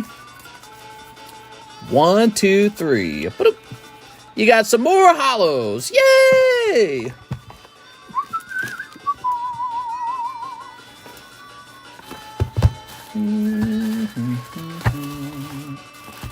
Okay. Just sent you a Discord message.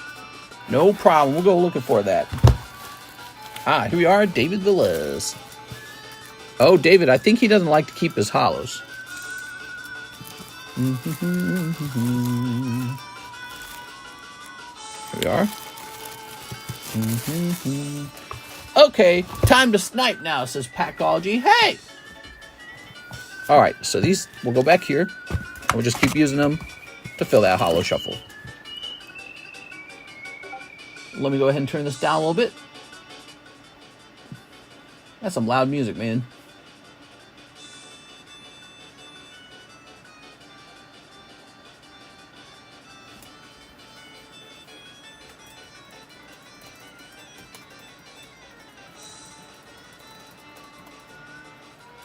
All right, there you go.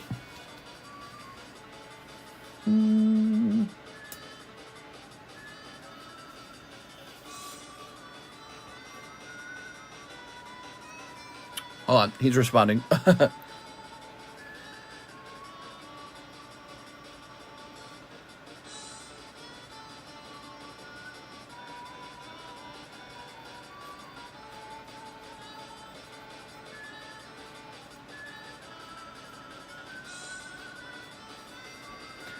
Scooby Buns.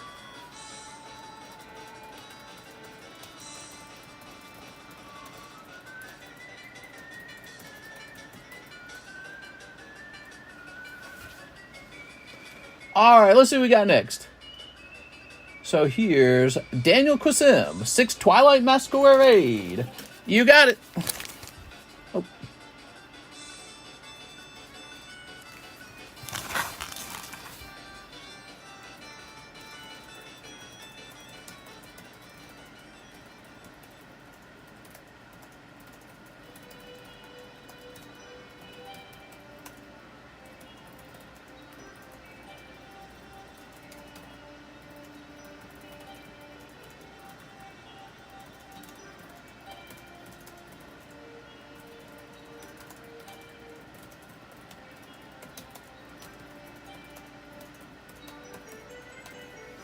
All right.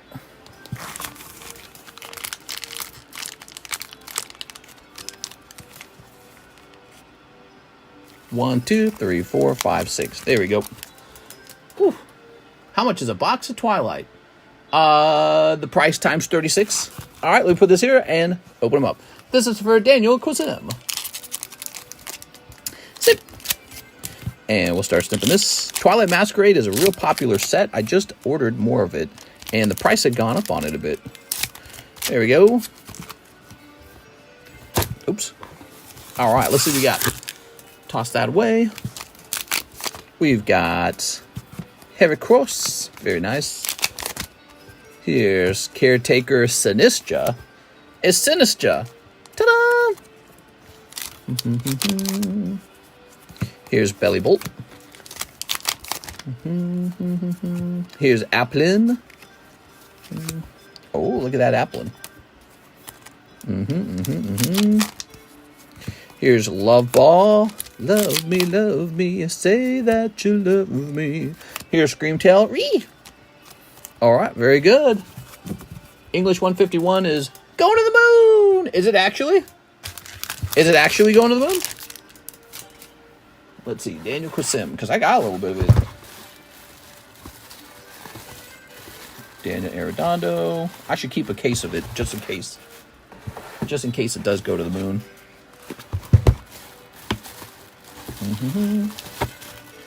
Daniel Quisim. Did you need a new bag? Aha, Daniel. I'd love to open up a box of Twilight, by the way. That sounds fun. And by the way, if you're watching the show and you've never placed an order, go place an order. We need some new guys. Where are the new guys at? All right, who's this? We got Jeff Leon, 5 Azure Lane, English. You got it. 5 of these. 1, 2, 3. And 1, 2. Probably 2 overprinted, says Packology. You know, they were saying that about Pokemon XY Evolutions. And look at it now. $600, $700 a box. Here goes Mr. Jeff. It did all right in the end. You never know what's truly overprinted. All right, there we go. Hop in the Stang, babe. We're going to get some 151. All right, here's a hollow. Okay, and here's a hollow. And here's a hollow.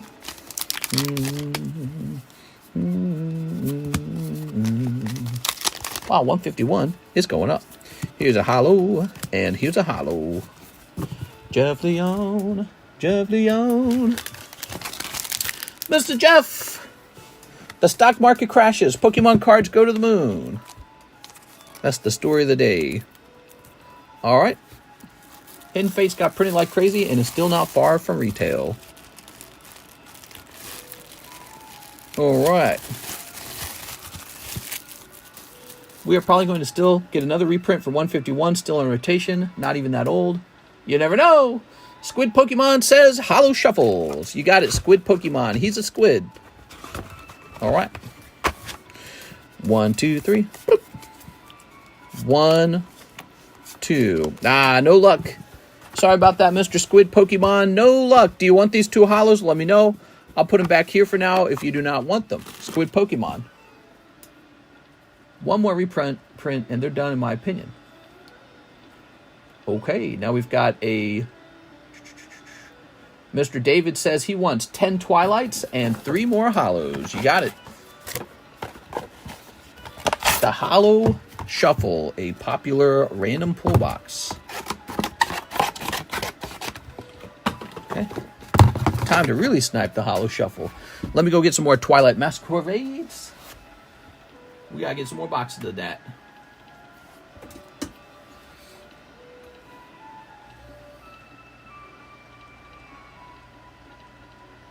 All right.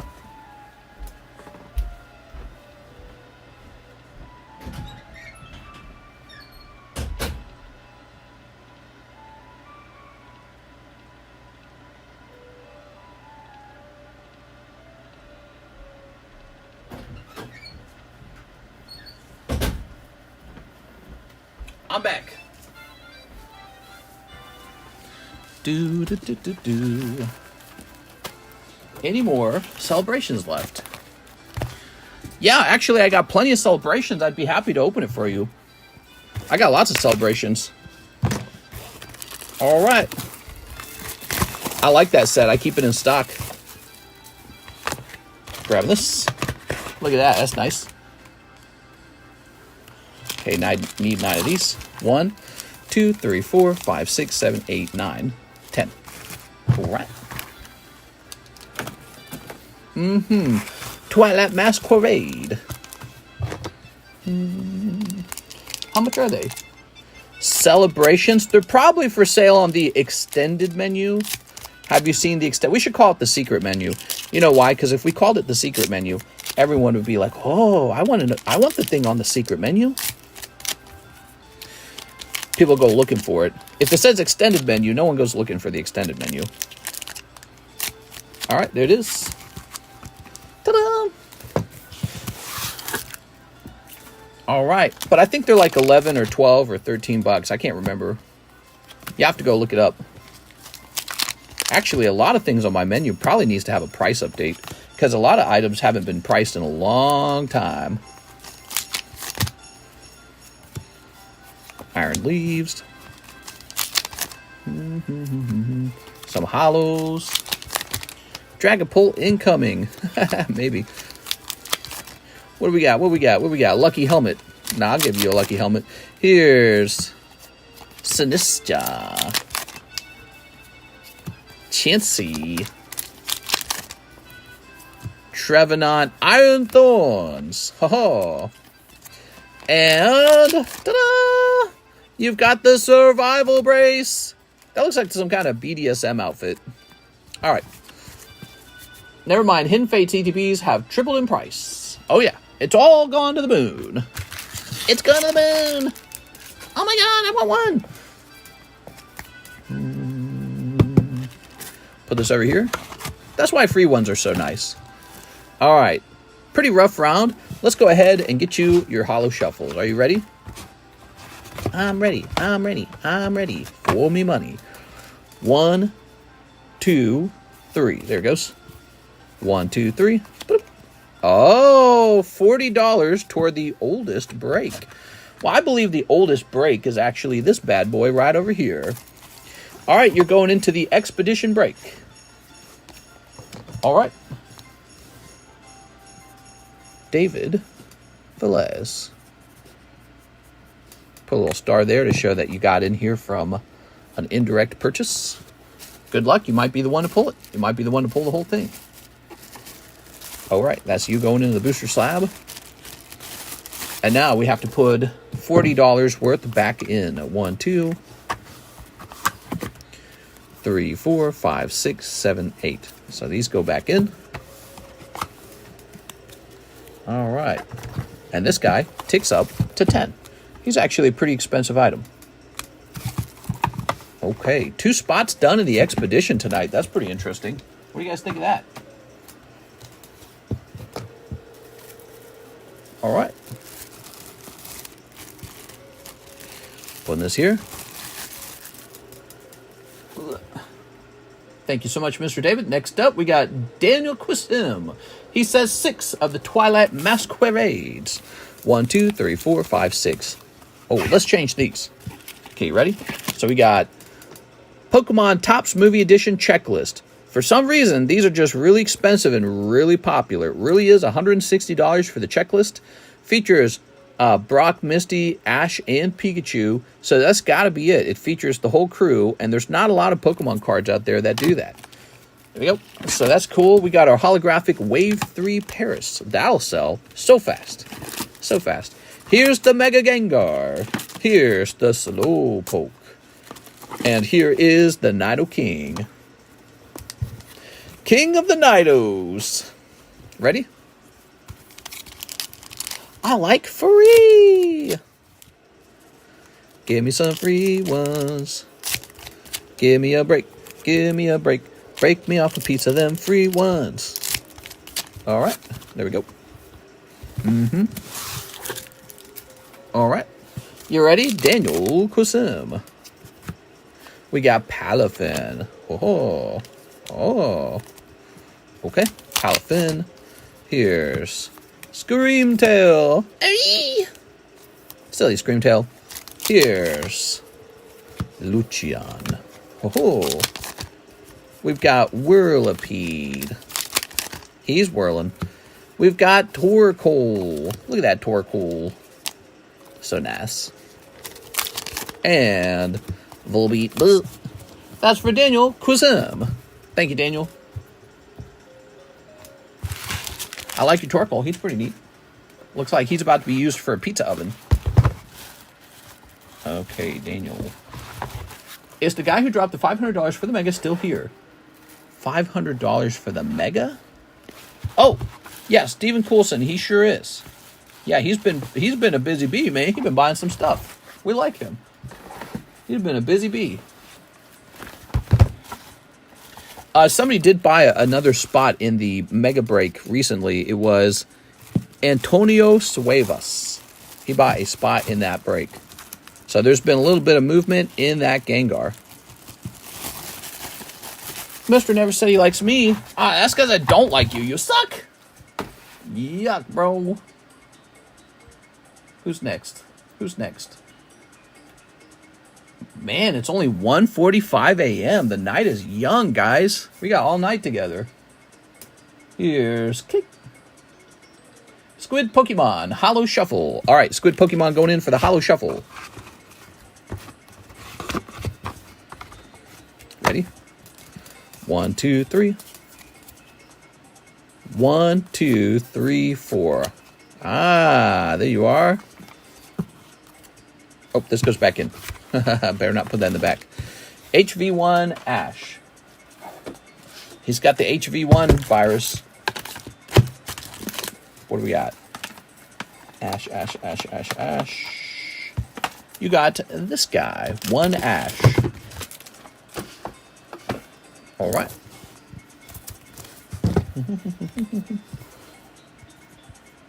Squid Pokemon. All right.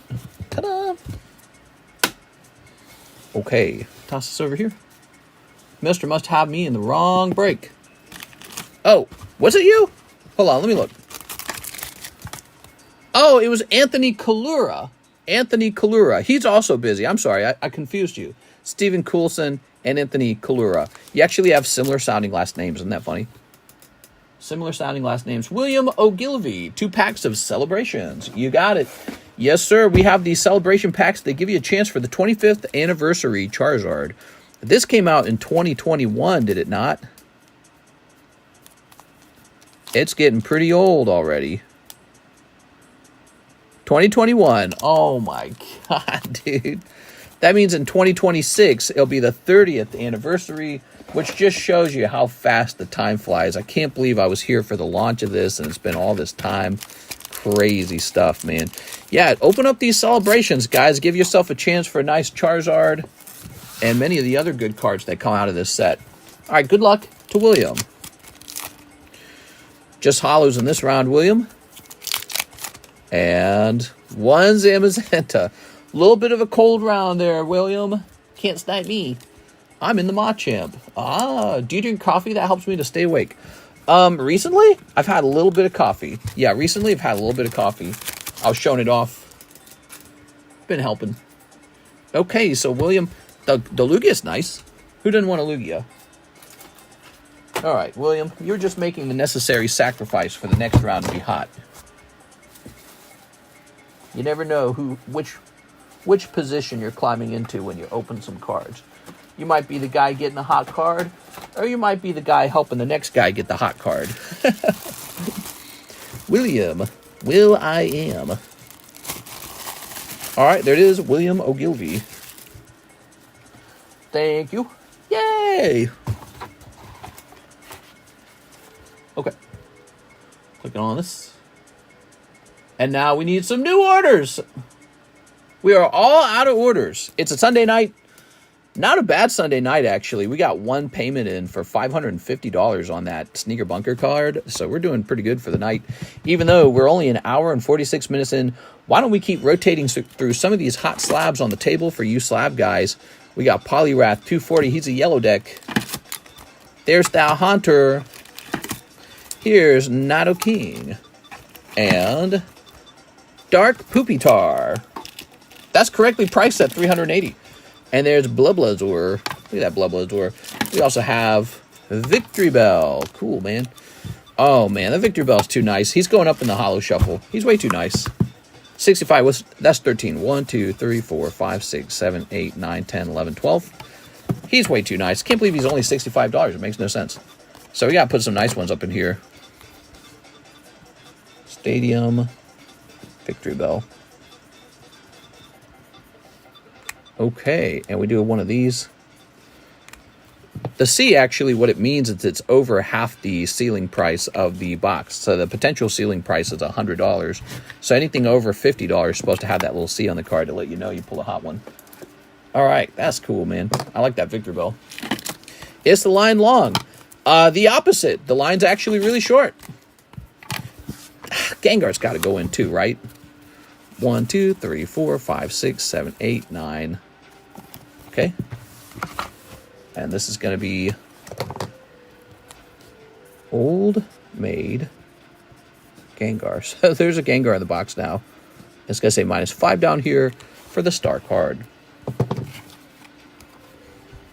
All right. Old Maid Gengar's going in. Ta-da! He's so cool. Who doesn't like Old Maid Gengar?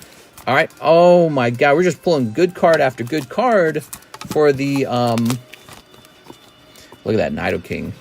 Good card after good card for the Holo Shuffle. There's some nice stuff in there. So, really nice. But let's go ahead and take a picture of this now.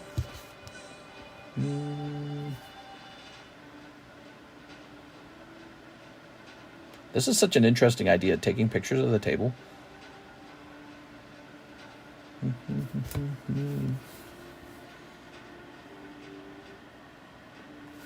Okay.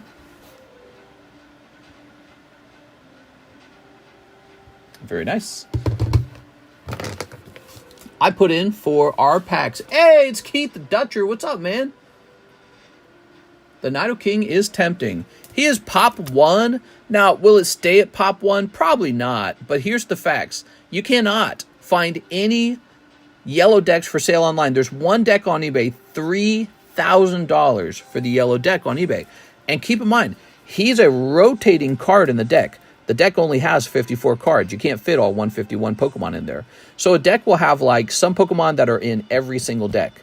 For example, Pikachu, Charmander, Bulbasaur, Squirtle. They're in every deck. But some Pokemon cards rotate. So you would need like 3 decks of the yellow deck to get one Nidoking. I mean, I could just hold this. I don't even think there's a big, desire to sell it. But that's basically what I'm doing with this price. What I'm saying is you're going to have to pay me serious money to acquire this Pop 1 Nidoking. His population might be like 15 or 21 day. Could take a long time for that to happen, though. And it's not like I have a bunch of yellow decks either. I got one sealed yellow deck in my collection, apparently. So it's a rare set. And anything from this set is probably going to have a higher premium than the other poker cards as people learn how the poker cards look. Look, he's Pop 1 240, Polyrath. Knight of King's cooler than Polyrath, though. He got to be a little more expensive. All right, so what we got? It's Ralph Dutcher. Welcome back, man, for Korean EV Heroes. Ralph Dutcher getting the Korean EV Heroes. Yes, sir. 1, 2, 3, 4. Free Palestine. Master Chief goes, yo, what the fuck? All right. Yeah, it's been a weird election cycle.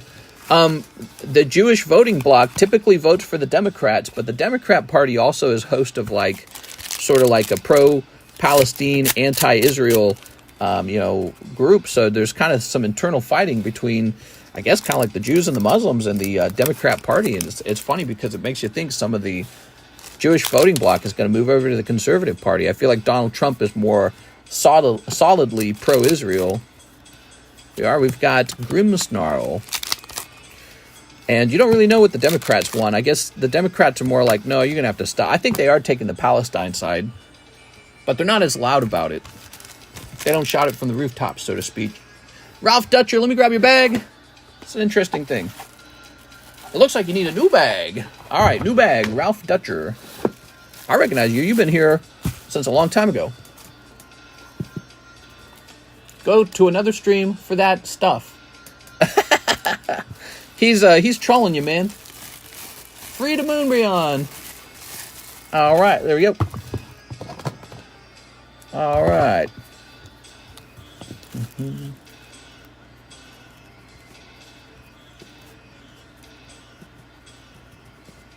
I can't believe I got a 10 on that Gengar, you know?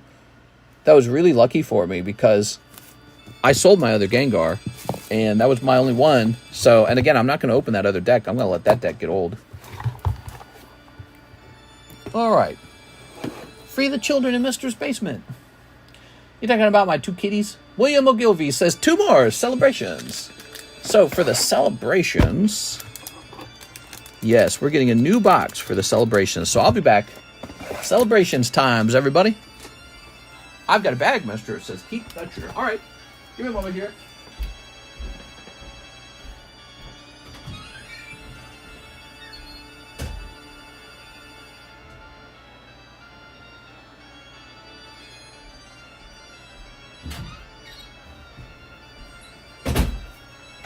You've got a bag, huh? How old of a bag we talking? Let's see. So there's a Ralph Dutcher. How about in here? Ruben, Raymond, Randall, Ralph Dutcher. Okay, Mr. Ralph. There we go. Sorry about that. Are you still interested in selling the graded Pokemon games as well? Yes, I've got them priced and everything. The Pokemon games are for sale. You can even put them into SLAB away and pay them down over time. The problem with the Pokemon games, they don't fit on my table too well. I can't really put them on display for you guys. It just doesn't fit into my, like, business setup so much. So it kind of makes sense to get the money back out of them and, I don't know, use it on, like, card grading or something. I don't know. But I like them a lot. I love the way they look. Truly, I do. All right. I think they're a solid investment.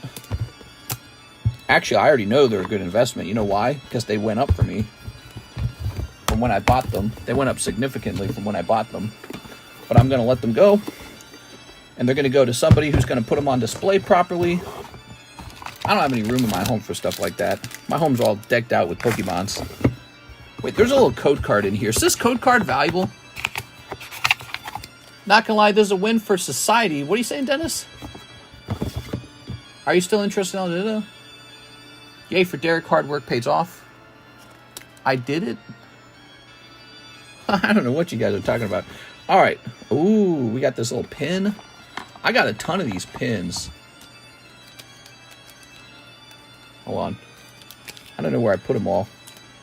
I think I have a box where I put all my pins and coins. There we go. So look at that metal Pikachu coin. I wish I could grade that. I should grade it. takes forever to open these. All right, we got some of these. And now for the good stuff. This is what we're here for. We're here for these. Oh my god, that took like 10 minutes to open. Oh. I don't even know what to do with this. 15 for the pin. You're saying a pin is worth 15 bucks? That's cool. Man, I should have put those all in a spot where I'd remember where they were. Over the years, I opened a bunch of these, so I have a bunch of those pins laying around somewhere. Here's a couple of Chilling Rains, a couple of Vivid Voltages, a couple of Darkness Ablaze. All from the Sun, Sword and Shield era. Here are these funny looking guys. These are pretty hard to grade 10. How do they look? He's got a dot on the corner. Yeah, they're always hard to grade. They're nice collectible to put in your folder, though. So for folder collectors, those are beautiful. We got to grade this. We got to grade this with, like, NGC sometime. Oh, it's sliding out. We don't want that. Wait. God damn it, it touched my skin.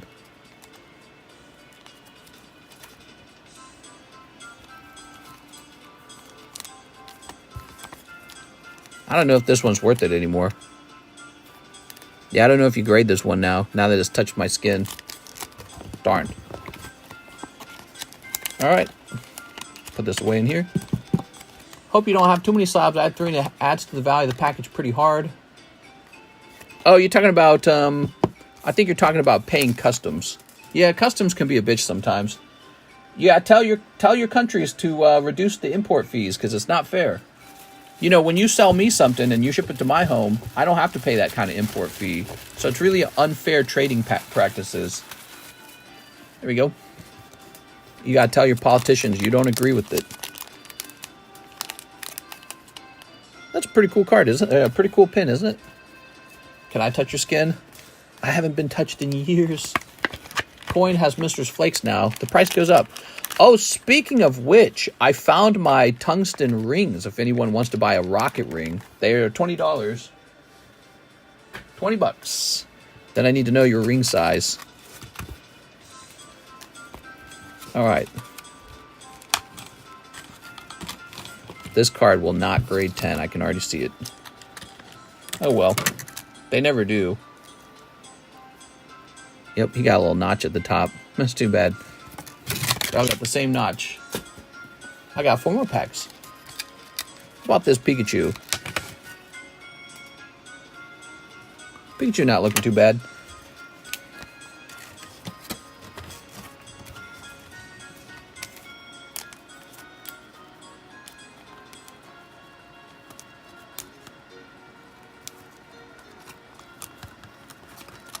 Oh my god, dude. Got him.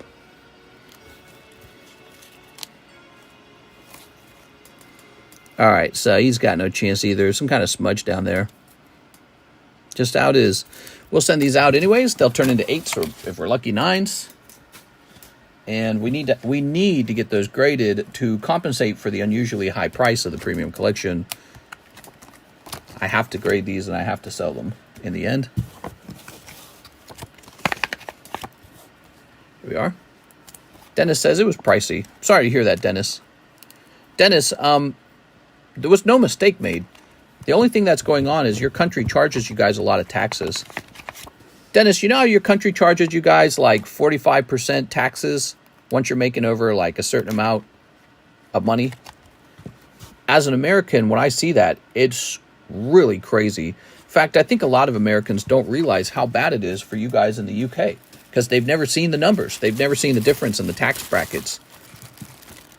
There you go. You guys pay a humongous amount of taxes to the king. Maybe that was the whole reason that the Americans were like, hey, we don't want to pay all them taxes. There you go. Oh, yeah. 170 for Pikachu and Charizard combo, I believe. No. Mister, why don't you let people take the risk and you underdeclare? Yeah, I mean, we're just supposed to follow the rules. That's all. Underdeclaring is called tax evasion. It's tax fraud. But one thing we can try to do, we can try some tricks with you guys if you want. So here, oops, hold on, let me turn it down. Hold on, let me turn it down. So I think I've heard of some tricks for shipping. So like, for example, one trick you can do is you can actually have the cards shipped to some other person, maybe like a shipping forwarder, where they declare it differently because of like you're paying for a service rather than the card. So you can declare the service rather than the card. I've heard that's something you can do. I am not a legal expert on these. Do not do anything just based off of my opinion or something you heard me say, okay, just to be clear. But like, for example, if you sent your cards to PSA and PSA ships it back to you, I don't think that they ship it back to you based off of what the card's final grade was. They ship it back to you with the cost of the service. See what I'm saying there? So something like that, declaring the service rather than the items. So that might work for you. The other thing that might work is, if you're opening cards over here, the cost of the cards before they're open can be much more expensive than after they're opened. So if you're opening cards with me internationally, we can just declare the value of your little baggie of cards, and we can declare that pretty low because it's much harder to definitely, claim that your ungraded cards are super valuable. Does that make sense? When it comes to graded slabs, though, it's a little more black and white. Graded cards, it's pretty straightforward what they're worth, So just some thoughts there. If you guys do a lot of research, you might find a way to lower your tax burden in a way that's allowed. So do your research on it and give me your ideas, and I'll help you out, okay? All right, let's get back to this. So 2 more celebrations for Mr. William. All right. Is it illegal? It isn't illegal to underdeclare. It's just not paying for insurance. Yeah, I mean, I'm not going to comment much more on the subject, okay? I don't have any more comments on it. All right. And, you should be careful not to hand out advice about that kind of stuff because it is a subject of taxation. All right, William. Mister, would you pay $8,000 for a PSA 10 Rocket Dragonite Error? Whew, that's expensive. Now, what do you mean? You mean the no hollow Error Dragonite? Is it first edition? I plead the fifth. Oh, mister, if I'm ever in the neighborhood, I'll let you know. Here we go. What do we got? Kyogre. Rakizapdos. Nice. All right. Some people have like family in the States and they ship it to their family and then that family will forward it to them. So stuff like that. So having somebody else ship it who is gifting it to you, something like that. So I think there's some techniques you're able to use to try and lower your burden. I like that Zapdos. Did you get my order for Hollow Shuffle, says Master Chiefer. I believe I did. CEM says unlimited hollow error. Unlimited hollow error. For 8,000? That's not bad, I think. William. All right, William. Let's grab this. You got a Rocket Zapdos. Very nice. Beautiful card, by the way. What you're trying to pull out of this collection is the Charizard. Okay. Who's next? We have an order from Jeffy Weffy. 3 Azura Lane, 1 Waifu. You got it, Mr. Jeff. All right, so send some to the back. We take a chunk from here. It's cardboard. Who really knows the value? Well, when it's graded cardboard, the value is less debatable. Yo, that's a big pull. You got the Marceline Topper. That's a pricey little card. Did you know that? All right, congratulations. The Marceline Topper. A lot of the sexy cards remain in the box, like the perfect pink-haired girl. Here we go. Look at that. That's not bad, though. Especially if you like Adventure Time. I'm a big Adventure Time fan. But yeah, I mean, if you're opening cards with me, that might be cheaper than if you were buying a booster box of the same cards, depending on what your pulls do. All right, Jeff Leon. It's sort of like a way of paying less import taxes if your rolls happen to be unlucky. There we go. So 3 Azura Lane English. I believe I need to get more Azura Lane English, everybody. How's Mister tonight? I'm doing all right. It's cardboard. Who really knows the value? Okay. Let's see. I didn't happen to bring more of that into the room, did I? I feel like I did, but I don't see it. So let me go grab some more of the Azura Lane English. Very popular tonight. We're opening a lot of Azura Lane today, guys.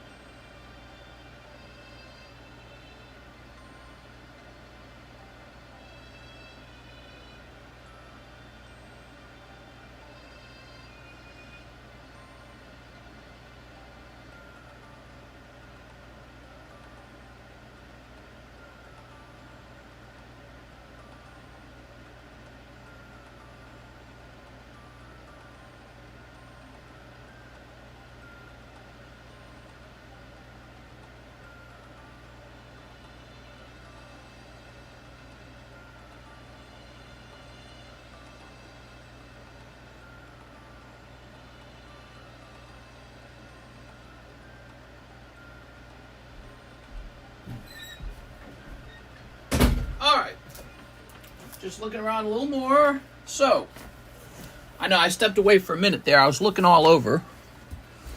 Check it out. So here's that English one. We've got a whole case of the English one, but this Japanese one, this is actually our last box. After this box, I'm out of the Japanese gold signatures. So you might want to snatch that before it's gone. Okay, and then let's get this open. I gotta say, Azure Lane is a better product than many Pokemon card products I've had. I'm talking about sealed products. If you don't want to chat, just check Discord. I can check Discord. All right, here we go. So we gotta say 1, 2, 3. Put this over. Oh wait, he said 3 of these. All right, thank you. Okay, and we'll start snipping this. Ready? Here goes, Jeff Leon. Snipping this. Snip. You just need to pull the hot ones. All right, Mr. Jeff. We've got a holographic and a holographic. And you, oh, okay, you got the kitty cat girl and another holo. And another holo. Very nice. True Ryan and donate the junk. You just need to wait for the UPS service to go down. Okay, we'll put this here. All right. Pull some hotties. He's got exactly one hottie. I'm so glad I got to go on vacation with you, my lord. What? All right. Very good. Mr. Jeff. All right. Okay, pop in here. Mr. Jeff. Let's see what's next. So Jeff is done. Now we've got Jack Gray, 2/151, Japanese, 1 holo shuffle. Jack Gray, are you ready? Mr. Jack. 1, 2, 3. Oh, what's this? Oh, yeah, that was a pull. Look at that. Had a different color. It says Metapoo. Oh, no, dude. You got some kind of Metapod. 011B. Yep, you might just pull a Metapod on this channel. Got it. Not the Metapod. Ah, you got the Metapod. All right. Womp womp. Ooh, a Huey. Okay. Toss this away. All right. Suppose it's better than a cold round. Jack Gray. Thank you, Jack. And that is the iPad crashing. Let's go ahead and open that back up.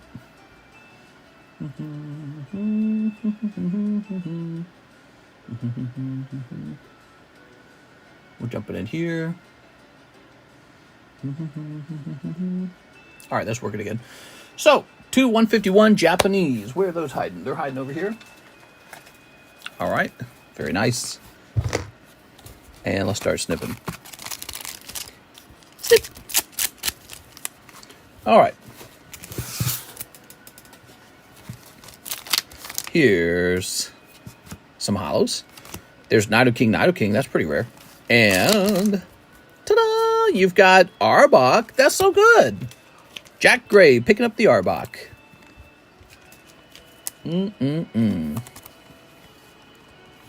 Shaming us gray guys. There we go. Did you know when you're a member, your odds of pulling the free pull, the giveaway pull, your odds are actually higher. Now, that doesn't mean that everyone can't participate. It just means members get a little more luck. Jack Gray. There we go. Let's go ahead and put this in here. All right. Very lovely. Thank you, Jack.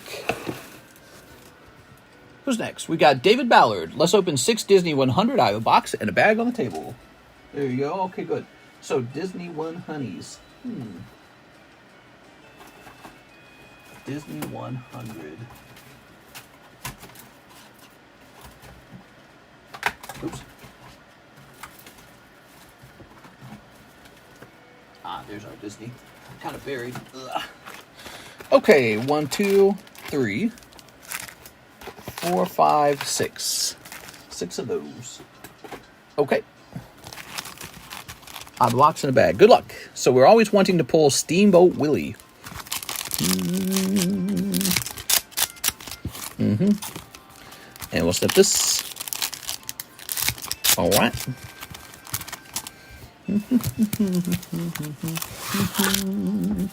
Ready? Here's a hollow. Haha. And one hollow. Woohoo. And another hollow. And that's a hollow and a hollow. And finally, oops, blonde-haired lady and this guy with the gun. But also, one Donald Duck. Nothing crazy in there. David Ballard.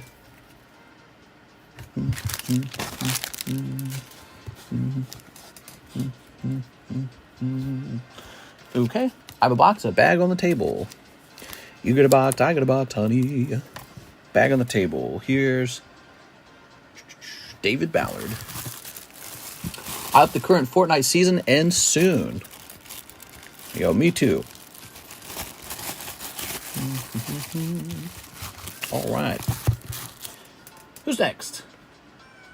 We have an order from Daniel Quasim. Daniel Quasim, 7 hollow shuffles. Good luck, Mr. Daniel. All right, Daniel. Let's see what we got. Okay, we'll say 1, 2, 3 to the back. And then it's 1, 2, 3, 4, 5, 6, 7. All right, good luck. What do we got? Oh, Rattata and a Bellsprout. You got Rattata, Bellsprout. Let's take a look into those. Rattata, Bellsprout. Number 69, okay. And Bellsprout. All right. Whew. Is that right? 85? Yes. You didn't do too bad. For $35, you got the Bellsprout 9, a $25 card, and this Tag 10 Lieutenant Surge's Rattata First Edition. That's from Jim Challenge? Jim Heroes? Jim Challenge. Super cool, man. Daniel Quasim. All right. And Daniel Quasim. Very good. Holy shuffle. All right. So we've got this Dark Ariados. Instead of going in for $25, he's going to go in for $20. So we're going to put him in cheaper. He's going on clearance, basically. That is our clearance Ariados.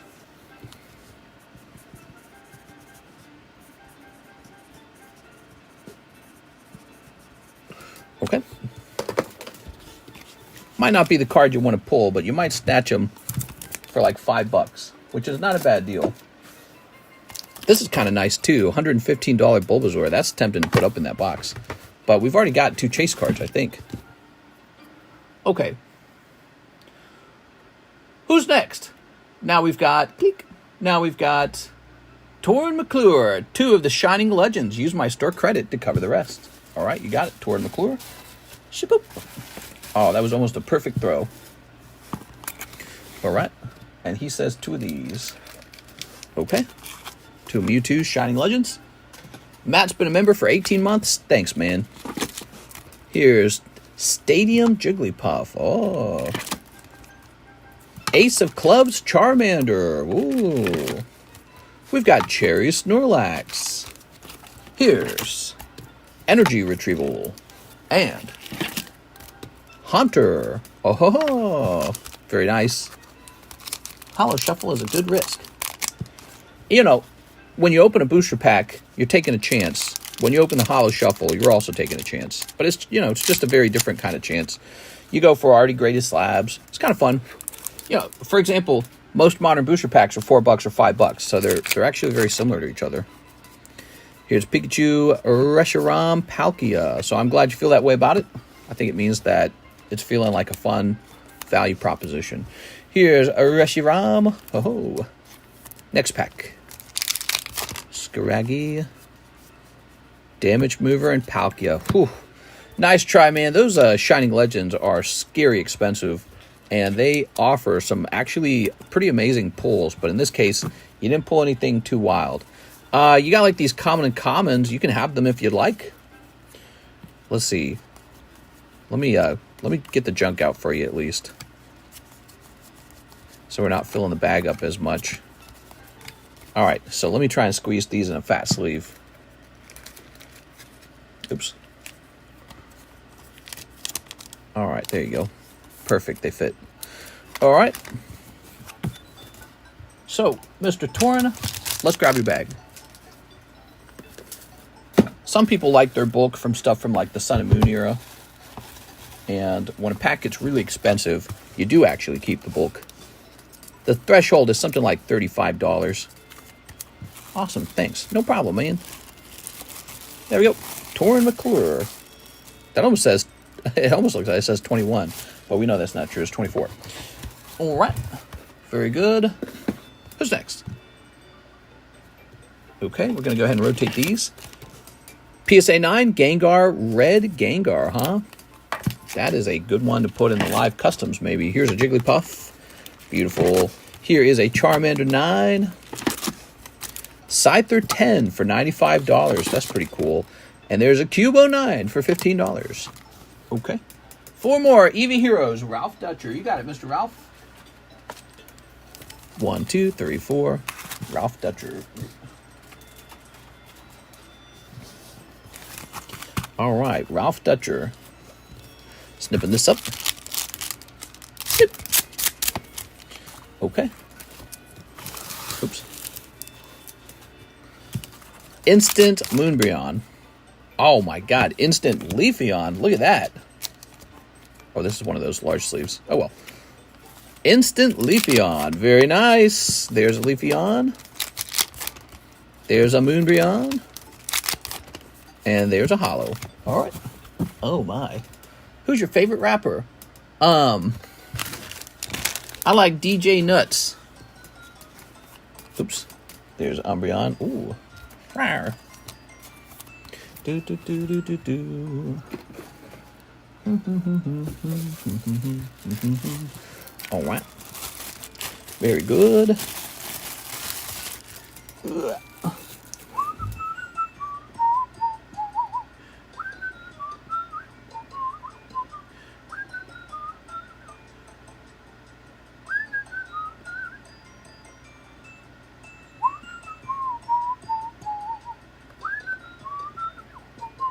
Here's Arjun Joshi.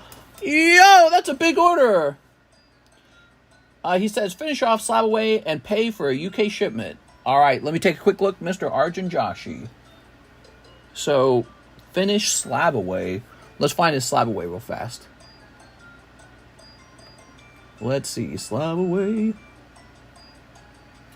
Here it is, Charizard Cardos Prism. Perfect, let's go grab it. Well, I appreciate you paying that off.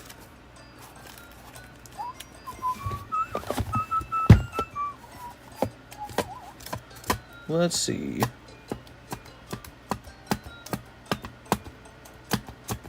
Let's see if that's in here. Is it this one? Haha, very nice. Wow, that's a nice card, man. Oops. Didn't read that part about being my last order due to the customs, I see. Well, you know, sometimes people say something like that, and it's a little bit embarrassing, and then they come back a month later and order again. And so, you know, for their own discretion, sometimes I don't say that. You know, if somebody feels a little bitter or, you know, because the import fees, that's not, I would love it if you didn't pay any import fees. I would love that. But your country tells me, hey, you got to declare the card for what they paid. Because what happens is if they stop the order and they open it up, they say, all right, show us the receipt for what he paid. And if I can't present that receipt, what they say is, oh, so you lied about the customs declarations. Good, we're going to slap a fine on the order and keep the card. So it's not a small issue. It's actually a very serious issue. But yeah, I'd love it if you paid no fee because that would incentivize you to buy more product. But it's a very serious issue. It's an issue of tax evasion, and it's not one that I particularly like.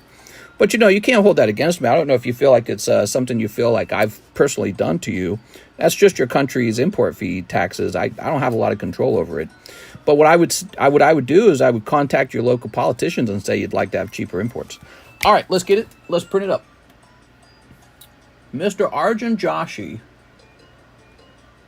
Yeah, so sometimes people say something like that, and then they think it over a little later, and they go, you know, Cardconomist wasn't trying to throw me under the bus. He's just doing what he's required to do, basically, when he ships. So let's grab this. 805. Perfect. I get it. It's just a shame. Not much I can do not much I can do aside from voting. Yeah, and to be honest, you know, it's not a great risk to try and tax evade, because the way they design it is they really punish you for tax evading. So I was reading the laws, and it's something like, so let's say you paid $540 for that Charizard. They'll do two things. They'll confiscate the Charizard, and then they will charge you a fee that's something like $800. So you'll pay the fee, and they keep the Charizard. So, but, you know, if it's a first-time offense, you might actually get away. You might get away with them doing something like, oh, you better pay your fee or something like that. But I wouldn't do it more than once. You know what I'm saying? So, yeah, and there's people who probably don't declare properly because they don't understand it at all. So, you know, all kinds of stuff can happen. But I hate it. I hate I hate taxes. I'm against taxes. Personally, I feel like the government doesn't even spend the money well. You know, so you've heard me. I'm very much against socialism. I'm against wealth redistribution. I don't like any of that stuff. I'm a low taxes, pay low taxes. Your government doesn't need your money. Your government always says it needs more money, and then it always spends it all. And then it says, well, now we need more. So no matter how high they raise it, it's never enough. You know what I'm saying? And so I'm against it. And if it was low, that would be better for me as a seller, because then you will want to buy more stuff from me. So it's never anything I do personally to you. All right, so this is going to say playing cards. Playing cards.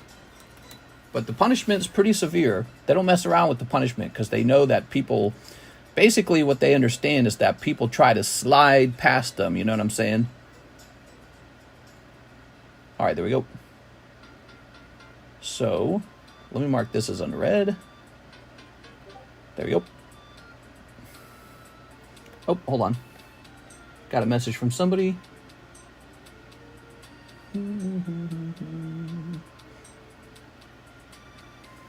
All right. There we go. And so let me jump back over here and finish filling out this code. Grabbing. Where's my copy and paste? Here it is. All right. What's up, Zards Mix? How's it going, man? We'll put that right here. All right.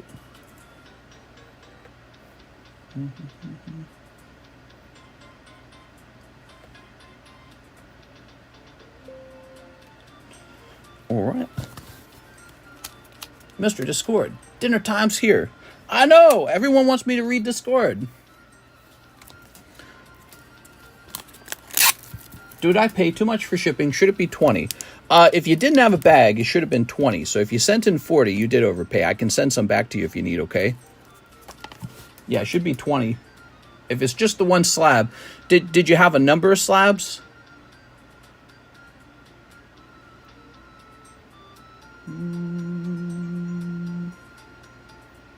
Okay, we're going to hit print on that. Wow, true Diggy Warrior. All right, there we go. Ah, perfect.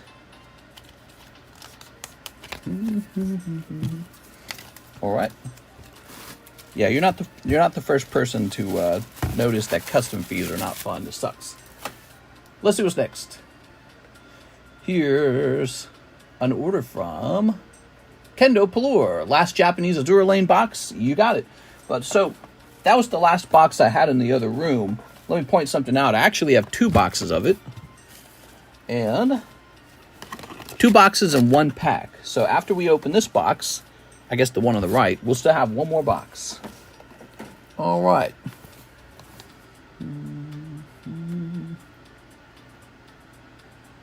let's see.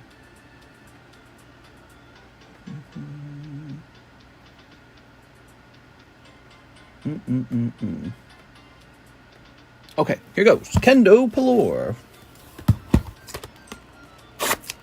Grab that. Ready?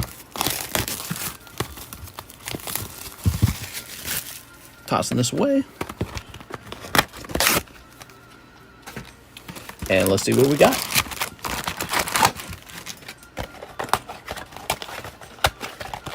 Toss this over here. So, Mr. Kendo, let's start sneaping it up.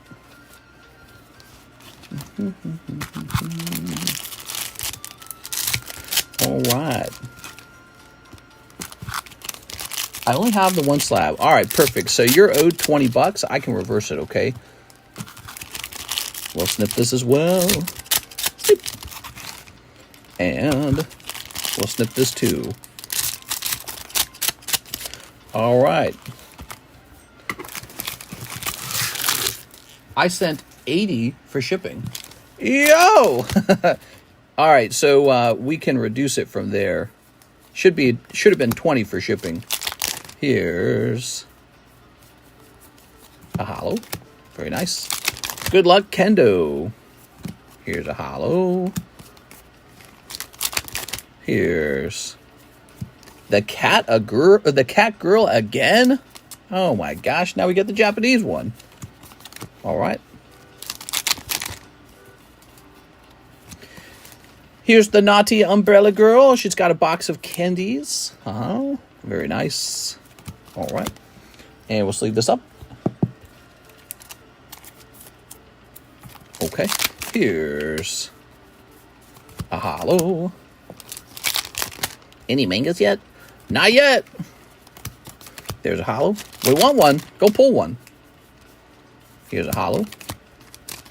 And here's yet another hollow. We gotta get that CT scanner out. Okay, here's another hollow. Okay, so here is this hollow over here. No problem, Mr. Arjun. Yeah, if you want to, we could talk about it more in Discord, okay? All right, there we go.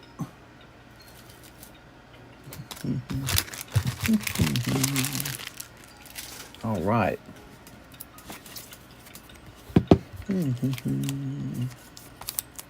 Mr. needs a TCCG scanner. Yeah, where's that TCCG scanner? Here's a hollow. And here's a hollow. And another hollow. So we got all three of your full arts out. No Siggies in here, but they're nice looking cards anyways. You got 3 sexy ladies. No Gaifu cards in here. It's actually possible to pull a Gaifu card or an energy card. All right, there we go. CTCC scanner. What? All right, very nice. Wonder if they'll use the CT scanner to hunt for One Piece mangoes. Ah, very good. All right, Kendo Pelor. Kendo, let's grab your bag. So you got some big bags there, Kendo. Holy moly, man. Holy schmolies, Kendo. So there's one more box after this box. And now we've got an order from Aaron Rodriguez. Let me get 3 OP5s and 2 PRB1s. You got it, Mr. Aaron Rodriguez. 2 PRB1s and 3 OP5s. Ta-da!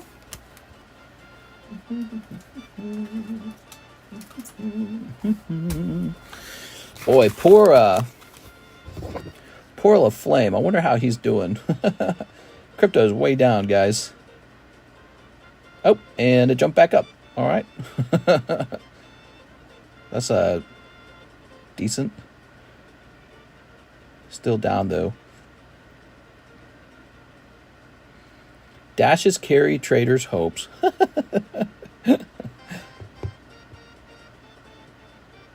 Says stock market is down. Stock market is down 6% today. but it hasn't even opened. So that's based on other markets. Very interesting. 49K for Bitcoin. It's going to ruin sealed in general.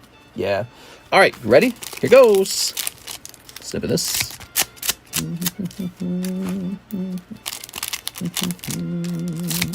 Okay.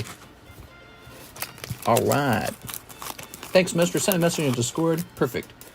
All right, Aaron Rodriguez. Ready? Okay, that's a hollow. And here's a hollow. Okay. Here's a hollow here. And here's a hollow. Oops. And here's a hollow. Very nice. I can see Bandai trying to combat the CT scanner, but I highly doubt Pokemon will care. You don't think the Nintendo company will care? I don't know, dude. Nintendo's the company that I would bet would care. Nintendo doesn't like it when people mess with their products. That's Aaron Rodriguez. Nintendo's a stickler. They'll be like, no. All right. Grab that.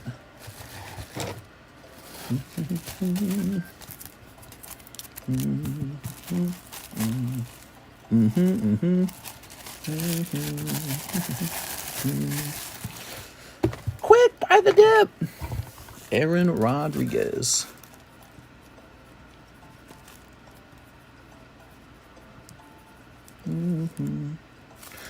Okay, we'll start a new little bag for you there. And we'll put this back up there. All right. Ta-da! They make English trash on purpose. Here's a green poker set. Slowpoke. Very nice. Ninetales yellow poker set. PSA 8. Dratini 10. Yellow poker set. Golduck yellow poker set. And that is an Entei 10 gold poker set. Very nice. All poker cards there. Grant Kwan, he says, One Piece Japanese PRB1. You got it. All right. Oops.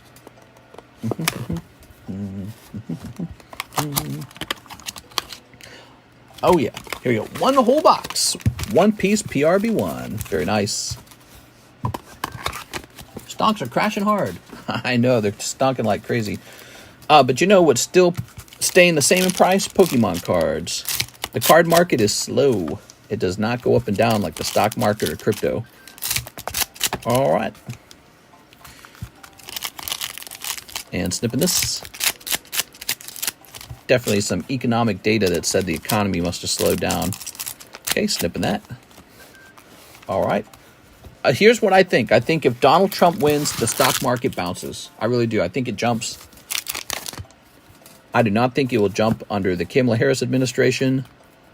It might stay the same. I don't know. Actually, I think the stock market generally does jump after the president election ends either way. And that's usually because traders know what they want to buy after, like, so for example, if Kamala Harris wins, they probably know that they don't want to buy oil stocks. They want to buy maybe green energy stocks, for example, right? So after a presidential election ends, I think in general it does bounce. But I think overall the stock market was doing really well under Trump until COVID hit. So that sucked. But before COVID, the economy was strong.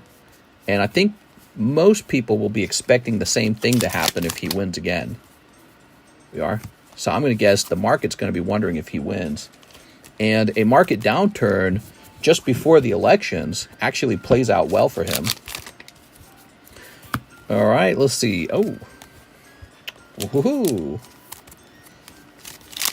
My Umbreon dropped 50%. No! Not the Umbreon! Inflation catching up, and we're one more incident like COVID away from a depression. Well, let's not pray for a new incident to occur then. But what I really think will probably happen is that they definitely have to lower interest rates. So interest rates are going to come down. And the reason that's an interesting thought is because, depending on how much they lower it by Christmas, might be time to refinance your home if you had a high interest loan. I've got a high interest loan. So I think what I should be able to do, here's like a best outcome for me. I I buy some stocks during a low time period in the stock market, and then interest rates drop to 5% perhaps. We refinance the big home, which is at 7%, refinance it down to 5%, and then potentially Trump wins the election, stock market bounces, and all those stock investments do well as a result of the bounce. I don't know. That's just a guess. I don't know how it could look really well under Kamala Harris, because I don't know, maybe if you're buying into like the military, I think it would do well, because I think Trump will probably try to end the war super fast like he promised. So he's going to make some deal over there in the Eastern Europe. He got to make some deal to get it to end really quickly. Ooh. He's going to say something like, okay, Putin does get some of the land he wants, but not all of it, and then all the fighting's going to end. So I wouldn't invest in military unless you're wanting Kamala Harris to win. Then, yeah, you're Lockheed Martin, Boeing, whatever the other ones are. Mr. Grant. All right, Grant. Grant with the G. Because I don't think they have a cut it short approach for ending the war. For them, I think they're hoping to get rid of Putin. I think they're saying, let's just keep grinding out this war, and Russia will go broke before us, and then he gets overthrown politically. All right, Mr. Grant. All right. 7%, I have 2.4%, never refinancing. Yeah, you and a lot of people will never refinance. On our other home, we have it's like 3.8% or something like that. But see, we moved later after the interest rates were jumped because of all the inflation. So we got this home like a full year and a half ago now? But that was after interest rates had already jumped. So we bought it anyways because it was so well priced, and we wanted a larger home for what we do. And so we got, this is a high interest rate home, but then we got the Blue Lake house. That one's 3.8 or 3.9, I don't remember, and a rental unit. So we got 3 houses, all with different interest rates. But if they fall to 5%, we get to refinance this home, and that's a really good thing. I think the oversaturation in the English side with grading is catching up. I have a Pokeball. My interest for my house is too. Yeah, thanks for gifting the memberships, Night Owl. That's really nice. Night Owl gifted 5 memberships, everybody. Okay.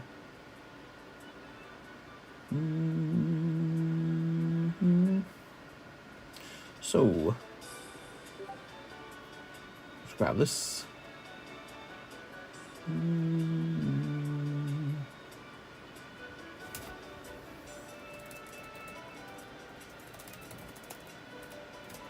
Let's get that refund for Mr. Arjun Joshi. He overpaid on the shipping.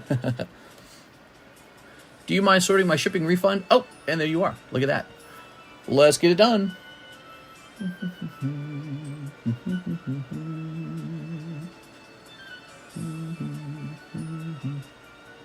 Here it is. I want Pokeball.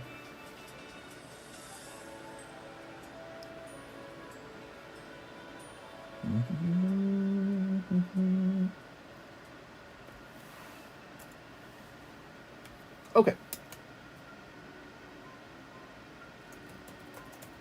There we go. Do you hold any Pokemon cases? Yeah, we got Pokemon cases, of course. I got a shelf of cases. All right. I especially bought lots of the XY era. Okay. Grab this.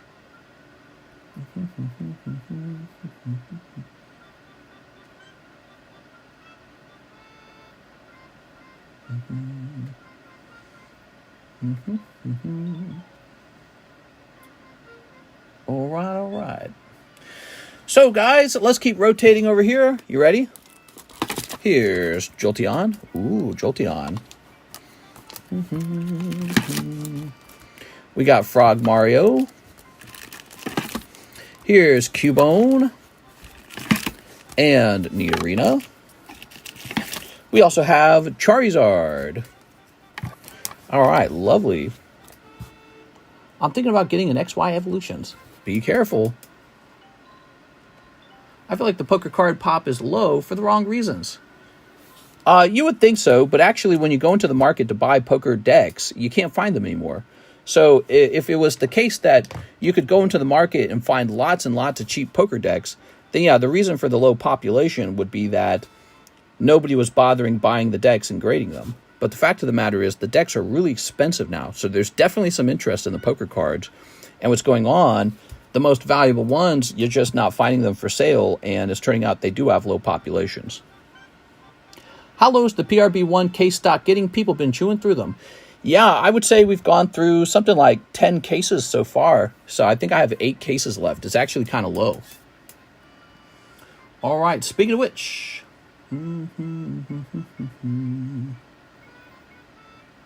David Ballard. Let's grab this, Mr. David. Here we are. All right. Very good.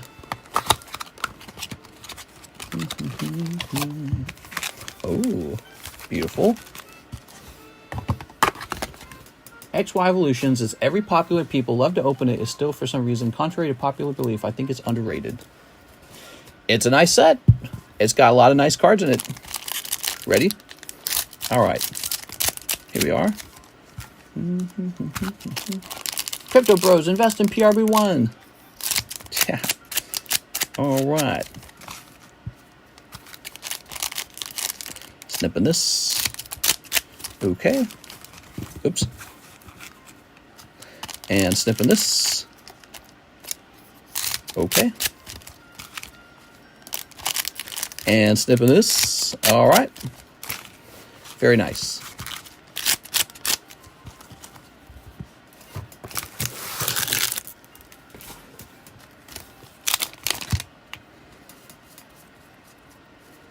All right.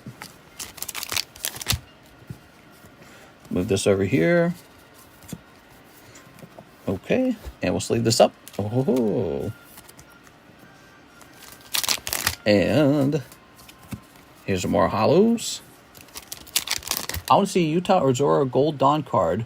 Good morning, Mr. in chat. What's up, Mr. LaFlame? How's it going, man? Here's this. Mr. LaFlame, did you hear? Cryptos are going down. Here's more hollows. Oh, crazy guy. All right, here's some more hollows. And some more hollows. And the crazy dragon. Okay, we got crazy dragon. Oops. Here's Hatman. Look at that Hatman. Getting railed. No! That sucks, man. We'll put this over here. What do you think will fix it? It's got to be economic data that the economy is growing and people are getting wealthier. That's what we need. David Ballard. All right. But pretty predictably, stock market's slumping. Okay, there we go. Lovely. I'm so good. I just wish I had more liquidity to slurp up this dip. The dip. All right. Very nice. I'm buying the dip. Okay. Who's next? We've got, clicking on this, Ralph Dutcher for Ancient Roar. Okay. The Ancient Roar. It's Mr. Dutcher. Give me a second. Ancient Roar. All right. 1, 2, 3, 4. There we go. Okay, and we're going to snip this up. People are getting poor, prices are rising, taxes are highest possible, life is good. Let's go ahead and snip this. Snip. All right.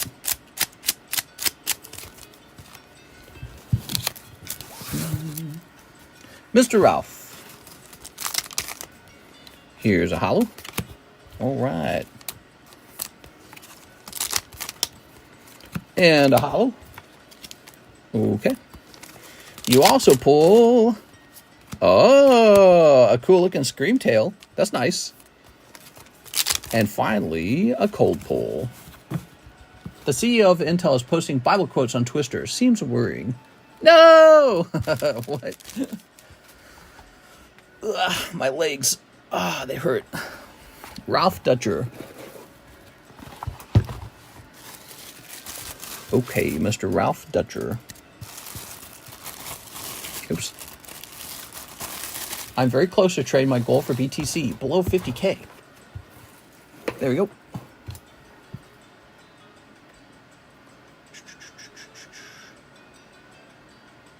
All right, we're all caught up on orders. LaFlame, do you believe 44K is in sight for BTC? Who wants to be pokey rich? Rip some packs. Here's a cheap Pikachu. He's $30. Ooh. We've got Deontay. We've got... Wait a second. And Machop slid out of the Machamp break. Poor Machamp break. There we go. The Machamp break needs 6 more people. Here's Yellow Raichu and Slowpoke. He's so slow. What do we got? Do we got anything in between us? Maybe this Cyndaquil. All right, let's take a picture of this. Might have a sharp wick down.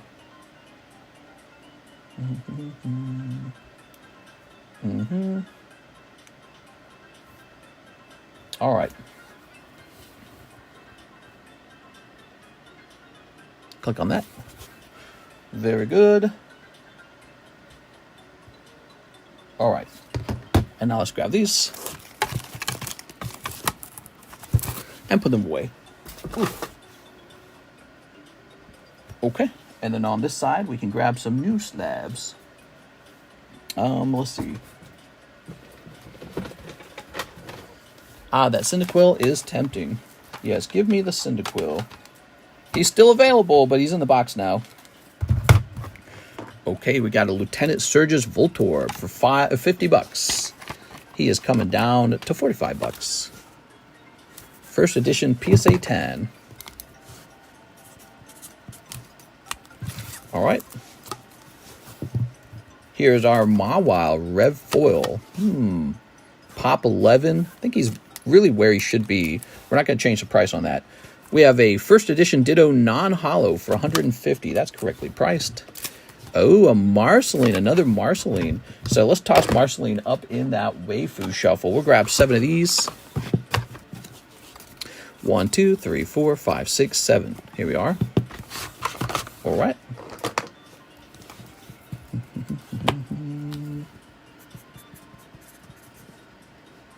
$104, Weiss, Marceline.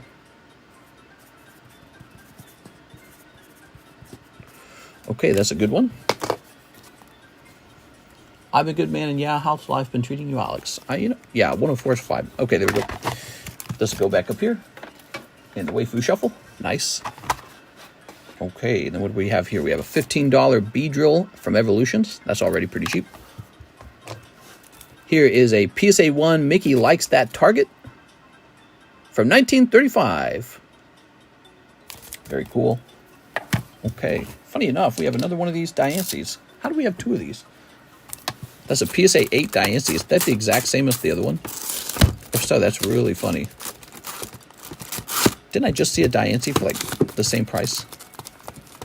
I swear it was in this pile. All right, there's Golduck, Weeping Bell.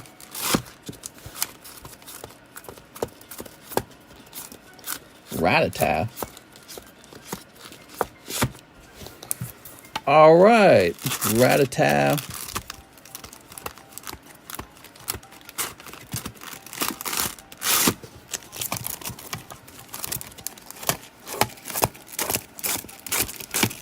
Ah, so weird. Oh, that's an Ampharos. Well, I remember the price of this being $20. We're going to write 20 on this, but I don't think anyone's going to buy it because we just had this one for sale. Okay, 20. You had a Diancie on the table, but it wasn't that one. Yeah, actually, you know what? It was a $20 green label. Okay, put this over here. That's too many Diancies. Okay, there you go. Let's see. What do we got here? We've got Smoker, the Battle of Alabasta. $65. Very interesting for the One Piece collectors. Here's an Adventure Time Wildberry Princess. Not exactly a waifu. Here's Pristine Magnemite from the base set. Yeah, this price is actually accurate. I keep getting that same price when I go looking for it. Here's an expensive Special Delivery Bidoof. CGC 9. And here's a cute one. This Mudkip for $30. Oh, Okay. Smoker says, smoke. All right, we're all out of orders. We're just waiting on a new order. No. All these cards fell over. Here's Wigglytuff 10 from the yellow deck.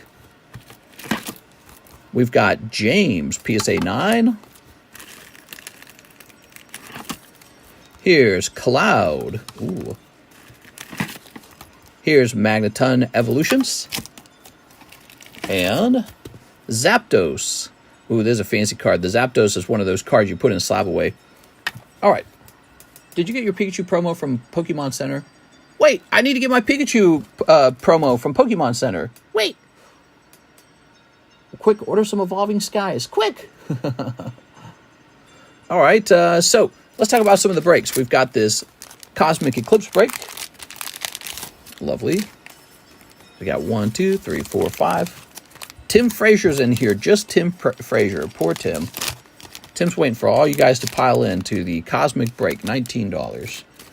We have our Vintage Booster Break. That'd be this guy back here. Okay, the Vintage Booster Break is Legend Maker. There are 1, 2, 3, 4, 5, 6 people in here. We need 3 more. Okay. And we also have this bad boy right here, the Fallout packs. All right. 1, 2, 3, 4, 5. So there we are. We got Fallout. 5 spots in here. We need actually 10 more spots. It's $15 per spot in the Magic Break for Fallout. You know, this was moving real fast back in the day. It's really slowed down for now. Show the Ampharos. Yeah, there's an Ampharos in here. It's pretty neat.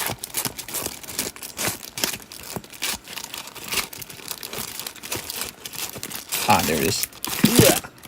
135's Ancient Origins, Mega Ampharos 10. You know, it's really hard to hit those 10s on those XY era cards sometimes, so that's a nice XY era Mega Ampharos. You think there'll be some interest in the XY era when the new Legends game comes out? Because I bet it's going to contain Mega Evolutions again. I call the Mega Deontay if it's a 10. Show the Ampharos. Fallout is popular. That serialized card really got it going when we pulled it. Got it going, huh? All right, rubbing my eye here. Ugh. All right.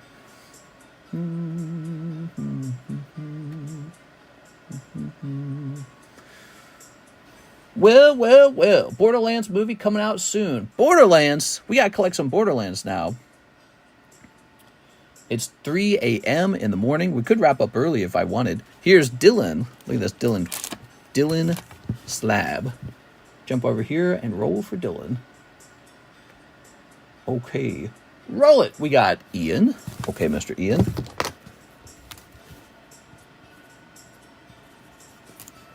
Number 17. Gargoyle.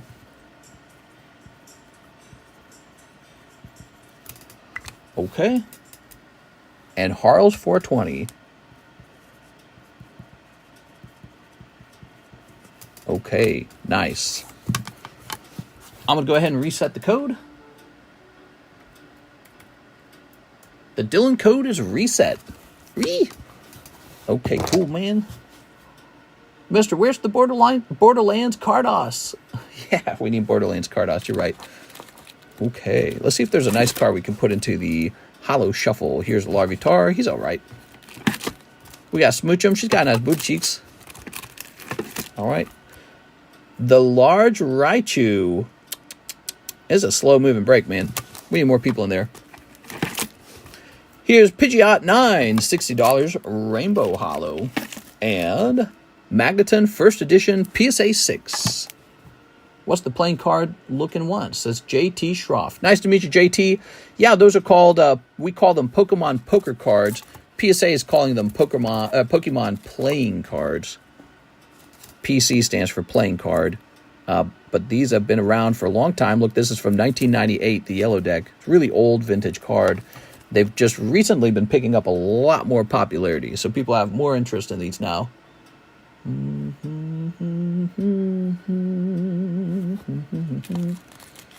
Okay, here's a Larvitar, no, Pupitar. PSA 9 Pupitar. We've got Weepinbell 8. What's this? Mega Gengar. Beedrill 10.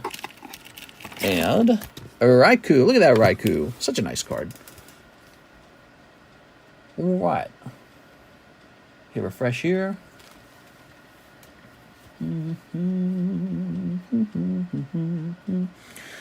Well, guys, it's feeling a little slow at this point. It is a Sunday night. What are you guys thinking? Are you guys thinking of sending in an order or not? We've been going 3 hours. Not a very long stream, but we could just go all night long, but I'll be sitting here waiting for an order for a while. We got to have something to do when we're sitting here waiting for an order. That's what we need a solution for. So there needs to be something to work on. Yeah, there needs to be something to work on for sure. What set has the Ancient Entei? The Ancient Entei. You talking about Ancient Roar? Or is he talking about the other one, the English set? What would that be called? Like Primal Clash, I think? You still got that headache? It's not too bad. Yeah, it's not too bad right now. I'm out of money. Damn, dude. Didn't they used to be called Trump cards? Yeah, so there's like a playing card game called Trump, and I guess PSA decided to go with playing card. Maybe that's because it stands for a broad variety of uses like solitaire, war, go fish. So that's probably what happened. Gouging fire? Yes, gouging fire. English. Yes, I'll take some gouging fire, please. Milk their money before all their 401ks crash tomorrow. Well, our audience is not that old, so I don't think anyone here has like some multi-million-dollar 401ks or anything like that. It's a funny thought, though. Somebody's 401k is going to be crashing. Let's see. We do have an order. Mitchell R. Bray. He would like to order that beautiful Ampharos. You got it, Mitchell? I just got to wait for that to show up here. My wife's 401k is large. No! Boomers, rise up! Yeah, actually, some people will have 401ks that crashed. There we go. Mega Ampharos. Mitchell. R. Bray. You know what didn't crash? The cost of Evolving Skies booster boxes. UK riots are crazy at the moment, says Psycho Crusher. I heard about that. I thought it sounded pretty authoritarian when the prime minister of the new, I'm trying to remember the name of your parties, Labour Party? The prime minister of the Labour Party came out and he's like, you're all going to regret it. So he's made it pretty clear whoever participates or, helps in these riots, probably going to get locked up.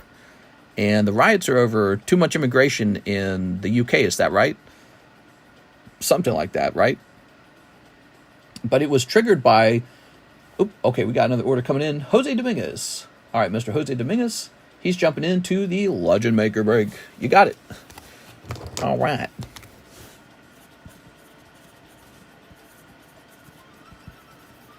There we go. Sir, check ZELLE. It's UK, nothing to worry about. No! Poor Average living in UK. He's not living in the UK, he's back in Norway. Some are valid and peaceful, but as usual, there are extremists. 1, 2, 3, 4, 5, 6, 7. 2 spots remain. All right. It's an interesting subject. We are. All right. Legend Maker. It seems that's what happens. When people are unhappy, they riot, and then they start breaking into shops, and they're like, well, I'm pretty angry. I might as well take some stuff. I don't know, dude. I don't know about the stealing. They wanted to call in the military, but most of the military is siding with the protester. Whoops. He just missed the riots. Yeah, I mean, it's kind of crazy when you hear about the statistics in London for the number of actual British people in London is so small. And it brings you back to that question. It's like, okay, we're a pro-immigration country, but there's like 3 billion people in Africa. There's like 3 billion people in China. And then there's lots of other places, a lot of Indian people, a lot of Muslim people in the Middle East. There's all these places, right? And they outnumber the British, the native British people, like 10 to 1. It's crazy. Like the British people, from a worldwide perspective, the British people are clearly a minority group. They're a small group of humans. they've built a very charming place to live, right? They put out a lot of fun books, a lot of great music, a lot of movies. So they've built a nice place to live, similar like Germany and these other places. And so that's where everyone's converging. Everyone's like, all right, I'm getting into London. I'm getting into the UK, no matter what it takes. And so you see your demographics change really rapidly. And the question I have for anyone who wants to talk rationally about the subject is, what's the right amount? You know, like, should it be 75% British, 25% other? Should it be 50% British, 50% other? Should it be 25% British people left, 75% foreigners? So what's the right mix for society? And even 25-75, you know, if you're living in Britain, that's an ancient country. It's been around for a long time. The British people have been there for a long time. The Scots, the Irish, the British. And for it, in one generation, for it to be swept over by another group is pretty tough. What I would probably want to do is say, all right, let's do the immigration, but let's kind of pick and choose who comes in so we get really, you know, top-notch neighbors. We want people with advanced degrees, people who will contribute to the bottom line. They're going to contribute to the taxes. They're bringing in like high-level skills, doctor, engineer. But that's not really how it's being done either, is it? So it kind of works like this. There's a lot of refugee immigrants. They're really just economic immigrants.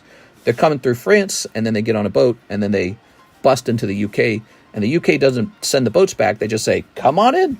We'll put you into hotels, and we'll pay for it with the British pound that we don't have a lot of. But then there's a lot of British people who are also struggling with the rising cost of inflation. No one can afford a home. Homes are absolutely unbearably expensive. Young people, how are they supposed to have children if they can't even buy a home? Like, you know, there's a birth rate problem, but I mean, you could start by making sure homes are affordable. But instead, you're just housing these guys coming in the boats, and they tend not to be cute little families. They tend to be guys who are like military age from other countries that don't generally share your values. And it just becomes a really brazen thing, you know, like how long would it take before a conflict like this would break out? So to hear the Labour Party come out, the Prime Minister of the Labour Party, he comes out and he's like, I'm putting you all in jail. It's so tone deaf, I feel like. I feel like what he should have said is, I hear what you're saying, but you guys can't be doing this. It's very illegal. But, you know, we're listening, but like, yeah, you can't be doing this, obviously. So you're going to stop now, and we're going to have an adult conversation like a democracy does. He just said, nah, you're all going to regret it. You're going to jail. His tone was more of an authoritarian tone rather than we understand it's the general public that's sort of upset. We want to do something about it. Joshua Ramos, 2 Disney Blau, 2 Cardos Yu-Gi-Oh! So to me, that's going to stoke even more of the extremism, his response, because the response kind of is telling. The response says, oh, don't worry, it gets worse from here. We're planning on, you know, mass migration from other countries, and if you say anything about it, you're on the far right. We're going to give endless amounts of your socialist dollars away to people who did not contribute to taxes. Just good luck. You know, the cost of houses are definitely going to go up. Good luck with that. That's what his message kind of says, is we're not going to have a conversation about whether the amount of immigration is too much or too little. You're far right, and you're going to jail for being a political terrorist. And I think that's just going to trigger more upheaval, because my opinion is that it's not people that are on the far right that are protesting this. Those little girls that got stabbed probably upset all the regular folk who have regular feelings, not just nationalistic feelings. What do we got? Oh, yeah. We got the Bumblebee and the Dark Ball. Are you watching Aiden Ross stream today? Trump will be on his stream. I heard he's going to be on his stream. I don't know if I'll watch it. I might be asleep or I might be too busy, but I'll try to. People just want their country back. Illegal immigrant volume is high. Brits aren't prioritized. Defending the country from wokeism. Mr. I'm Indian, but also British. I was born here. That's not the issue. It's actual illegal immigrants. Yeah, and that's kind of what I'm saying. Like the boats from France. I saw a video very recently, and it was a video of, it was this huge boat, actually. It was really sizable, and it was just loaded with people coming from like sub-Saharan Africa or something like that, right? And they knew English because they shouted out, you know, F so-and-so, and they were talking about the prime minister. And I was like, what? Your first move, crashing on the beaches in your boat, your first move is to cuss out the prime minister of the UK? Like, okay, well, glad you come in peace. Please, welcome. We are. You know, so it's not a very good, it doesn't look nice. It looks like they understand that it's a conflict. They understand they're not necessarily wanted by a lot of people. And they're telling you, F you, we're coming anyways, and you're going to pay for it. Too bad. So, you know, how does this end? This only ends in two ways.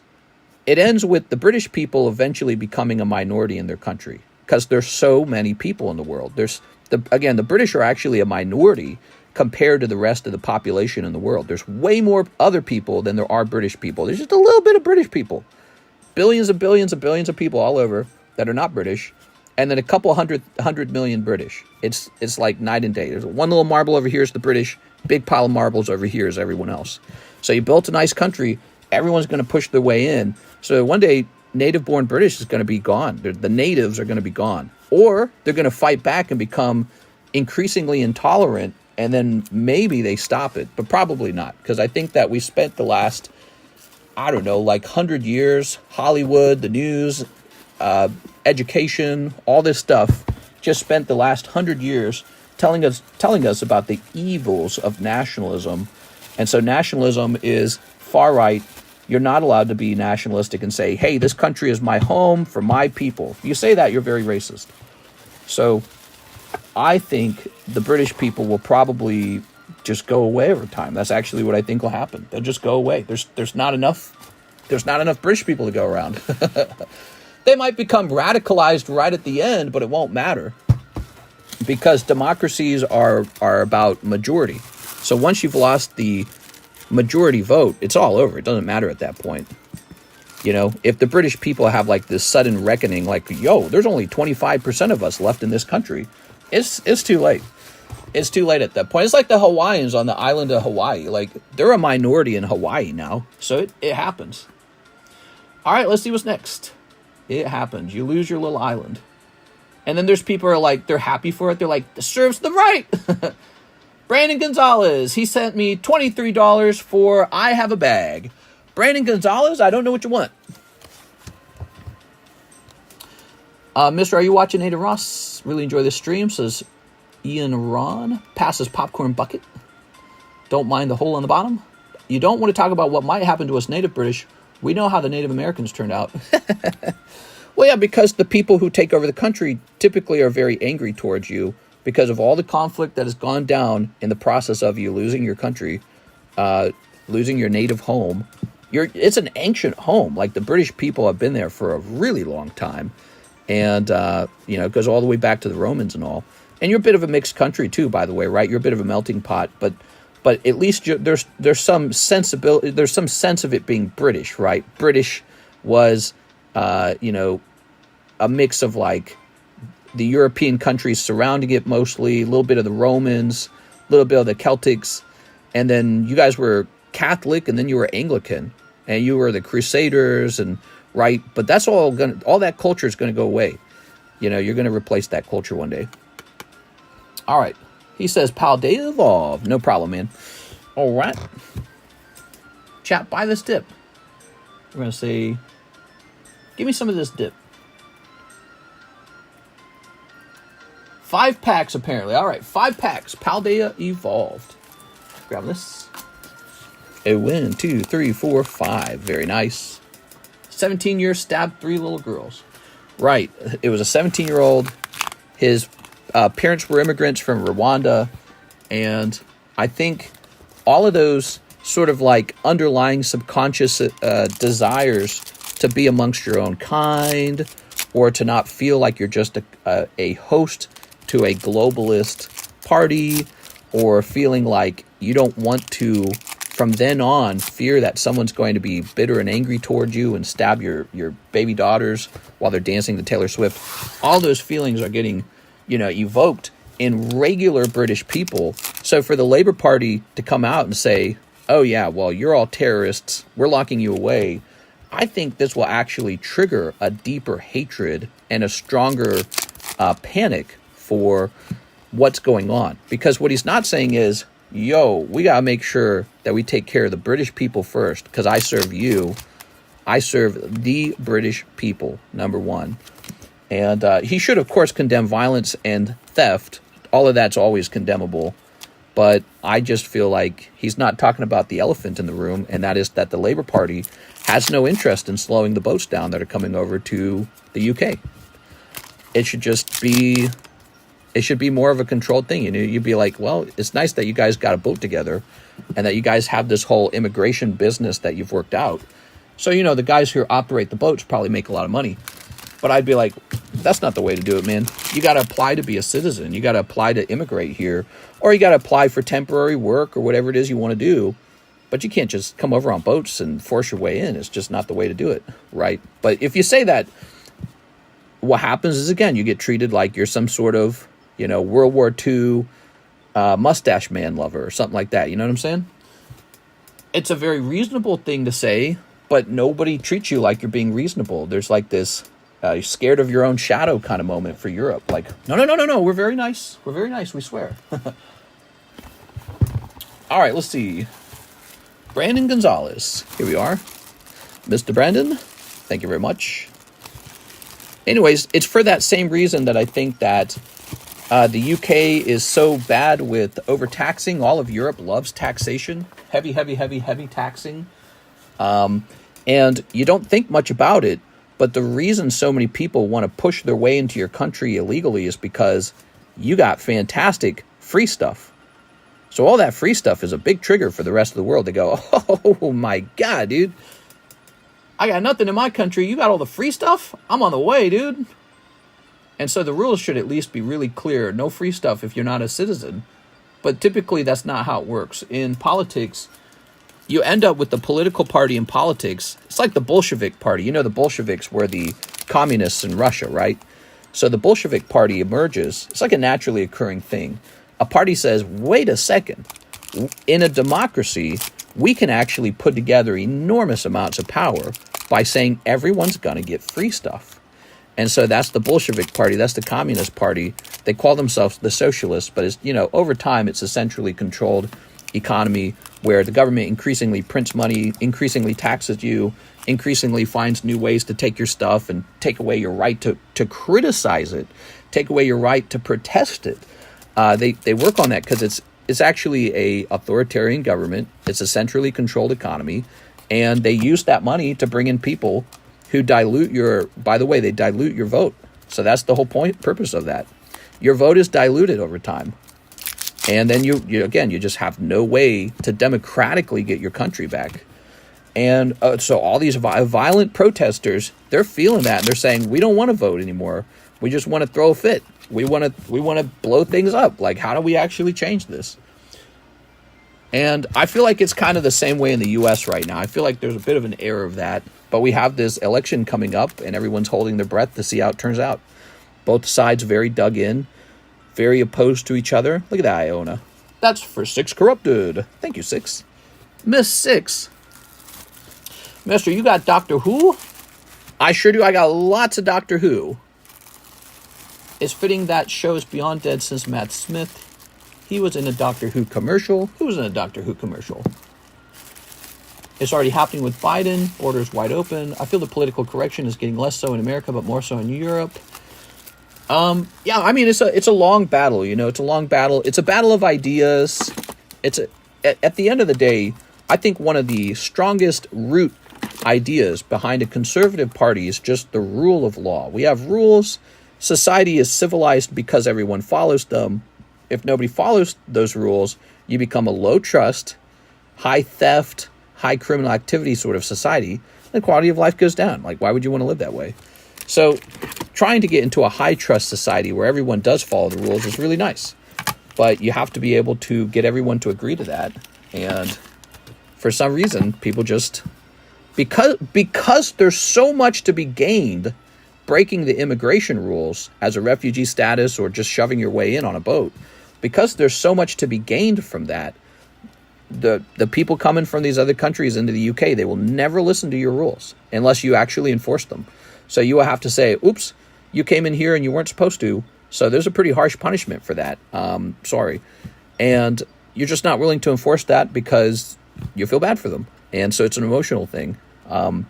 And as that rule continues to get broken, more and more people come over because they see you just slide on the rules. And then one day you're like, holy, what happened to London? I thought it used to be British, but London is not British anymore. Actually, what is I thought it was. Hold on, let me look at this. Let's see. Oops.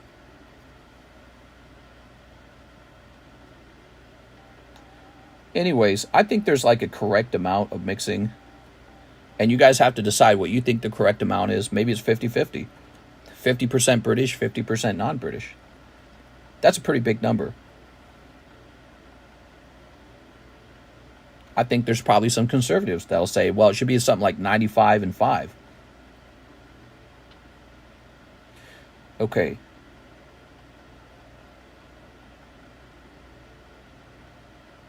Here it is. So, the ethnic makeup of London: white British 43%, other white 14%. Okay, so that's like 57%. I don't know what other white means, but actual ethnic British is just 43%. You're a minority in your biggest city. Maybe that's a good thing. That's how New York is, isn't it? Isn't New York like really mixed? But the difference is New York has, it's a giant place with lots of space. And then America's gigantic, dude. America's the new world. You do a lot with America. There's a lot of space in America, right? America's the new world. Lots of space in New York. We got other big cities: Chicago, Miami, Houston, Texas. We got all these big cities in California. Lots of room in America. And you can still drive really far away in some direction and just be in the middle of nowhere. But, I mean, the UK is an island, and it's pretty small. And you got one big city, and you're a minority in your own city now. Like, I don't know, dude. I don't know if that would have been for me. I'd have been like, come on, dude. What? That's too much. At what point is it too much? And is it okay to say it's too much? Or does that turn you into an N-word? You know, a N-word followed by the letter A, followed by the letter Z, and followed by the letter I, you know? Tai Hua, PSA 9, tops Charmander. Oh, he's really pretty. You got it, Mr. Tai Hua?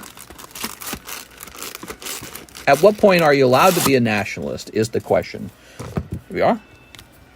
Because, again, we have seen people become a minority on their own home. The Hawaiians come to mind, right? The Hawaiians became a minority in Hawaii. So you could easily be next. All right. Corn Rule says illegal immigrants can get food stamps in California. Right. So this is actually maybe one of the points that really, really rustles up the jimmies of the conservative voters, because they go, oh, wait a second. I work my fanny off all day long, and my family doesn't really enjoy all the beautiful benefits of living in this country. We don't have Sea-Doos. We don't go flying on vacation. We just live a really plain, meager, boring life. I fight with my wife.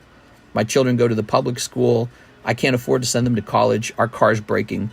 And somehow the government has enough of my tax money left over to pay for people from a foreign country to eat for free. What?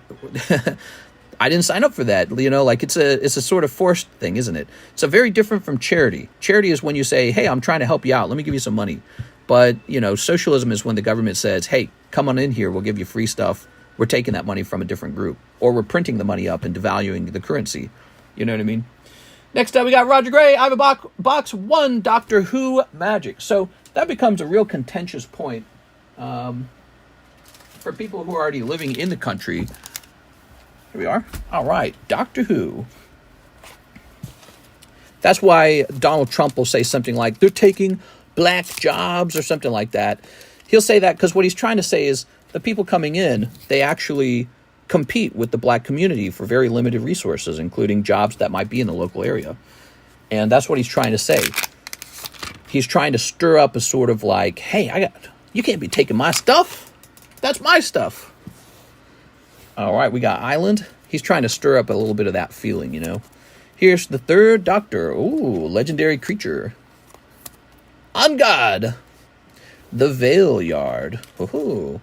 This is Doctor Who Magic the Gathering Collector's Edition. It's on the menu under the Magic the Gathering menu. Here's Atraxie Warden. I love Cali. California became the first state in the nation to offer health insurance to all eligible undocumented immigrants. Yeah, Kamala Harris was in an interview where the interviewer was it was a Democrat interviewer, and he's like, really?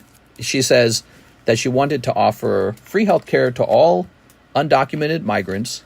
And the reason that's so kind of wild is because that's the biggest cost of anything. The absolute biggest cost is health care. And so for somebody to come over and break the rules to get in, let's say, and then to just give free health care, somebody's got to pay for that. And so on top of this problem, you got all these people who are homeless in California, but they're not making it. The cost of living's too high.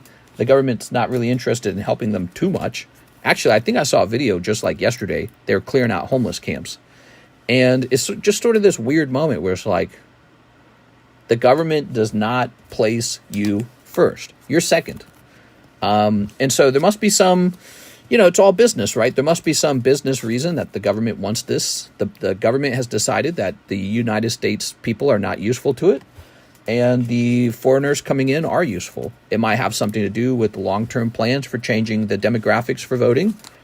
If you're coming from a poor country and you don't have very much money, you might be more likely to need social help. And so one day your children will be 18 and they'll all vote, and they might say like, hey, here we go. We've changed the voting demographics of the country by bringing a lot of people in, and they all have children. So it's as simple as that. In my opinion, it's as simple as that. And it's kind of scary because it makes me feel like some of the election has moved over to a battle for who gets to vote. That's the battle now. And that sort of makes sense because it cuts straight to power, doesn't it?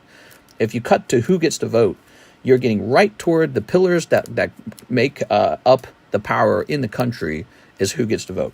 So the Republicans are saying, we'll do voter ID. We'll kick them all out before they can have lots of children that vote toward the Democrats, because they probably will vote majority Democrat. And the Democrats are saying, bring them all in as fast as possible. Get them situated, get them having kids. We'll get their health care paid for, have children, we'll pay for it. So you see a sort of struggle over who gets to vote going on between the two parties. And that should scare all of you guys. And for me, it makes me think that democracy does have, its own flaws, let's say. Roger Gray, let's get you in this bag, Mr. Roger Gray. I have a box. Apparently, Axel was expelled from school for carrying a knife. Was wondering what version of Lord of the Rings packs you have, regular or collectors? They are the collector's edition. Okay, Roger Gray. Here we are. Vivian S. Both recent big news stories had them in Commercial Mister, one in Bedrock and one in Doctor Who. Who was in Doctor Who? Anyways, these are fun topics. They're interesting topics. The UK has some really bad riots going on right now after the stabbing of those little girls. And I'm sure there's going to be difficult conversations about, how should the country be ran? And people are not going to talk about it in a civilized manner. They're just going to let their feelings out. And, yeah. All right. That's it. The queue is empty. You guys have been keeping it busy all night. You guys are nice. I'm liking this crowd. Here's Victory Bell, PSA 9. Ooh. Don't jump all at once for that Victory Bell, guys. Here's Golduck. Wave 3 Golduck. Here's Snorlax. Here's Houndoom. Okay. And here is Larvitar 9. Axel was in a Doctor Who commercial, The Stabber. Really? Oh my god, that's so weird. What are the odds of that? Here's Golbat for 20 bucks. Ooh, yeah. But I think Golbat and Victor Bell have to come down here now. See you later. Yellow Slowpoke. He's so yellow. Raticate 9. Rang. Okay. You still have Lord of the Rings Magic? I think I do. Ooh, is that empty or is it full? I sure do. I got a little bit left. Here's this nice Dratini. Dratini Luini. Rocket Ball. Very nice. Here's Spinnerack. Yeah, it's a conversation being hosted in a lot of Europe right now. And there's two very, very opposing views on the subject. Let's see. We need some more cards up here, huh? KK just double checking, as someone asked.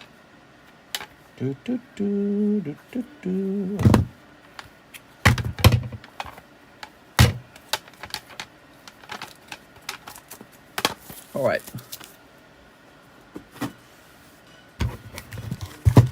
Let's see what we got here.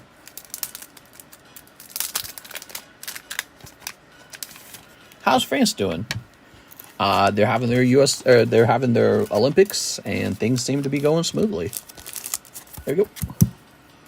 Paldea Evolved, please, says Brandon Gonzalez. That's right, Mr. Brandon. We sure opened that for you already. Did you order it a second time? Is that what you're saying? Oh, there we go. So you would like some more of those, huh? I think we can get you 4 of them. Hold on, let me see how that divides. 20 divided by 4.5.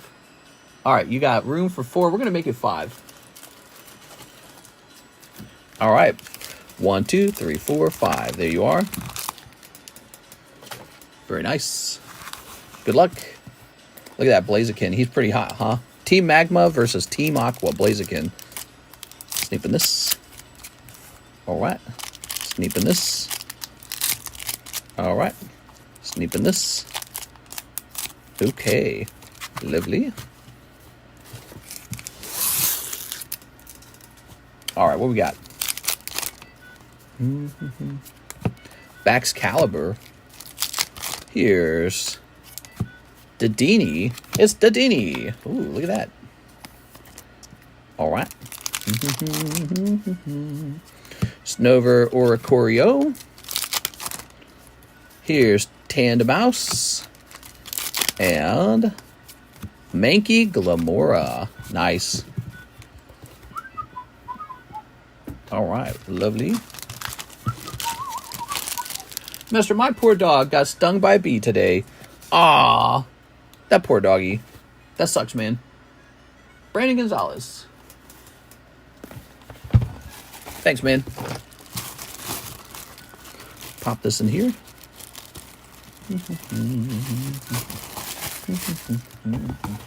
Getting pretty late, huh? All right. Here's Roger Gray. I have a box. 1 Doctor Who pack. Did we already service that one?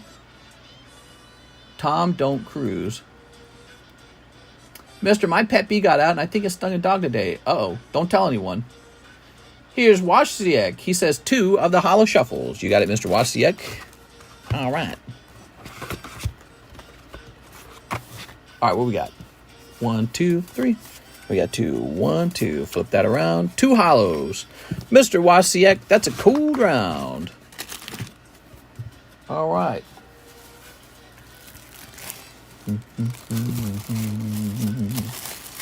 All right. Good, good, good.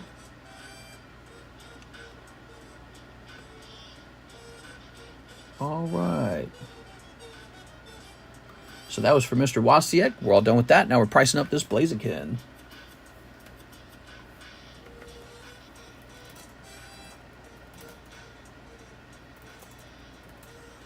I wonder if there'll even be one for sale.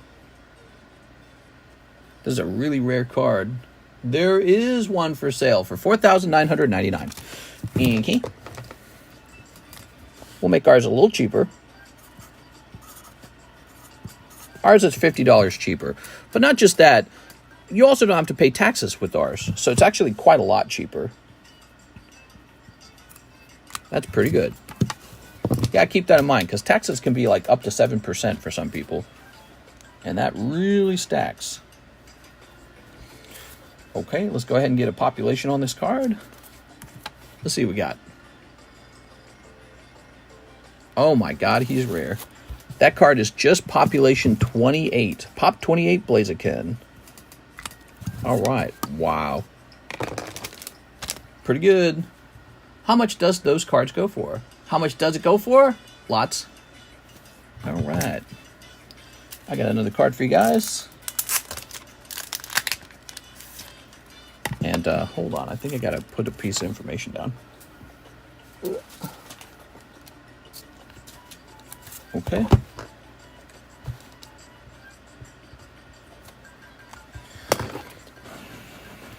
Very nice. Wow, that's really pricey. $4,950. Pokemon cards are insane. My state doing a week of no taxes on everything, even online. It's crazy. Nice.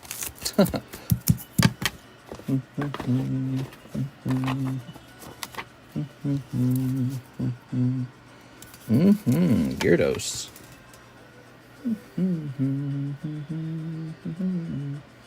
This is going to say Fire Red Gyarados. Okay. Well, let's see.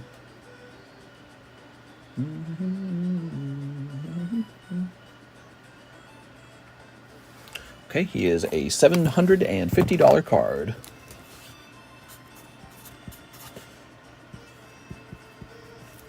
Lovely. That slowpoke poker gonna be 5K one day. I don't know about that. Maybe a really long time in the future. Maybe if the dollar crashes. 136.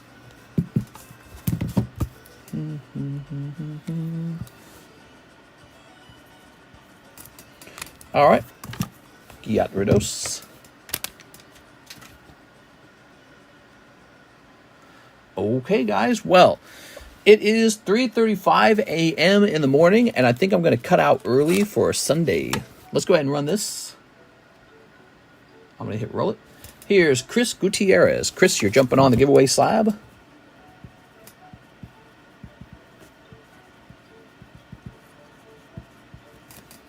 There we go. All right, lovely. What's your favorite Pokemon? How about Ukraine pays us back the money? Well, I don't know about that, but ending the war would be a good idea, because then we wouldn't have to spend anymore, you know what I mean?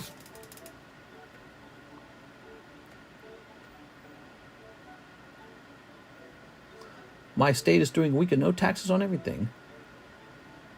Oi, Huey. Womp womp. Guys, I had a lot of fun. It is Sunday night going into Monday morning. I'm going to go ahead and pop off a little bit early and go relax. Okay, guys? I hope you guys have a nice night. Tomorrow we'll be back on. I think it'll just be the usual things. I don't know if I'm expecting anything unusual in the mail. So I think it's going to be the same breaks or the same cards. But we'll continue pricing up these really beautiful vintage cards, and we'll just see what happens, okay? See you later, guys.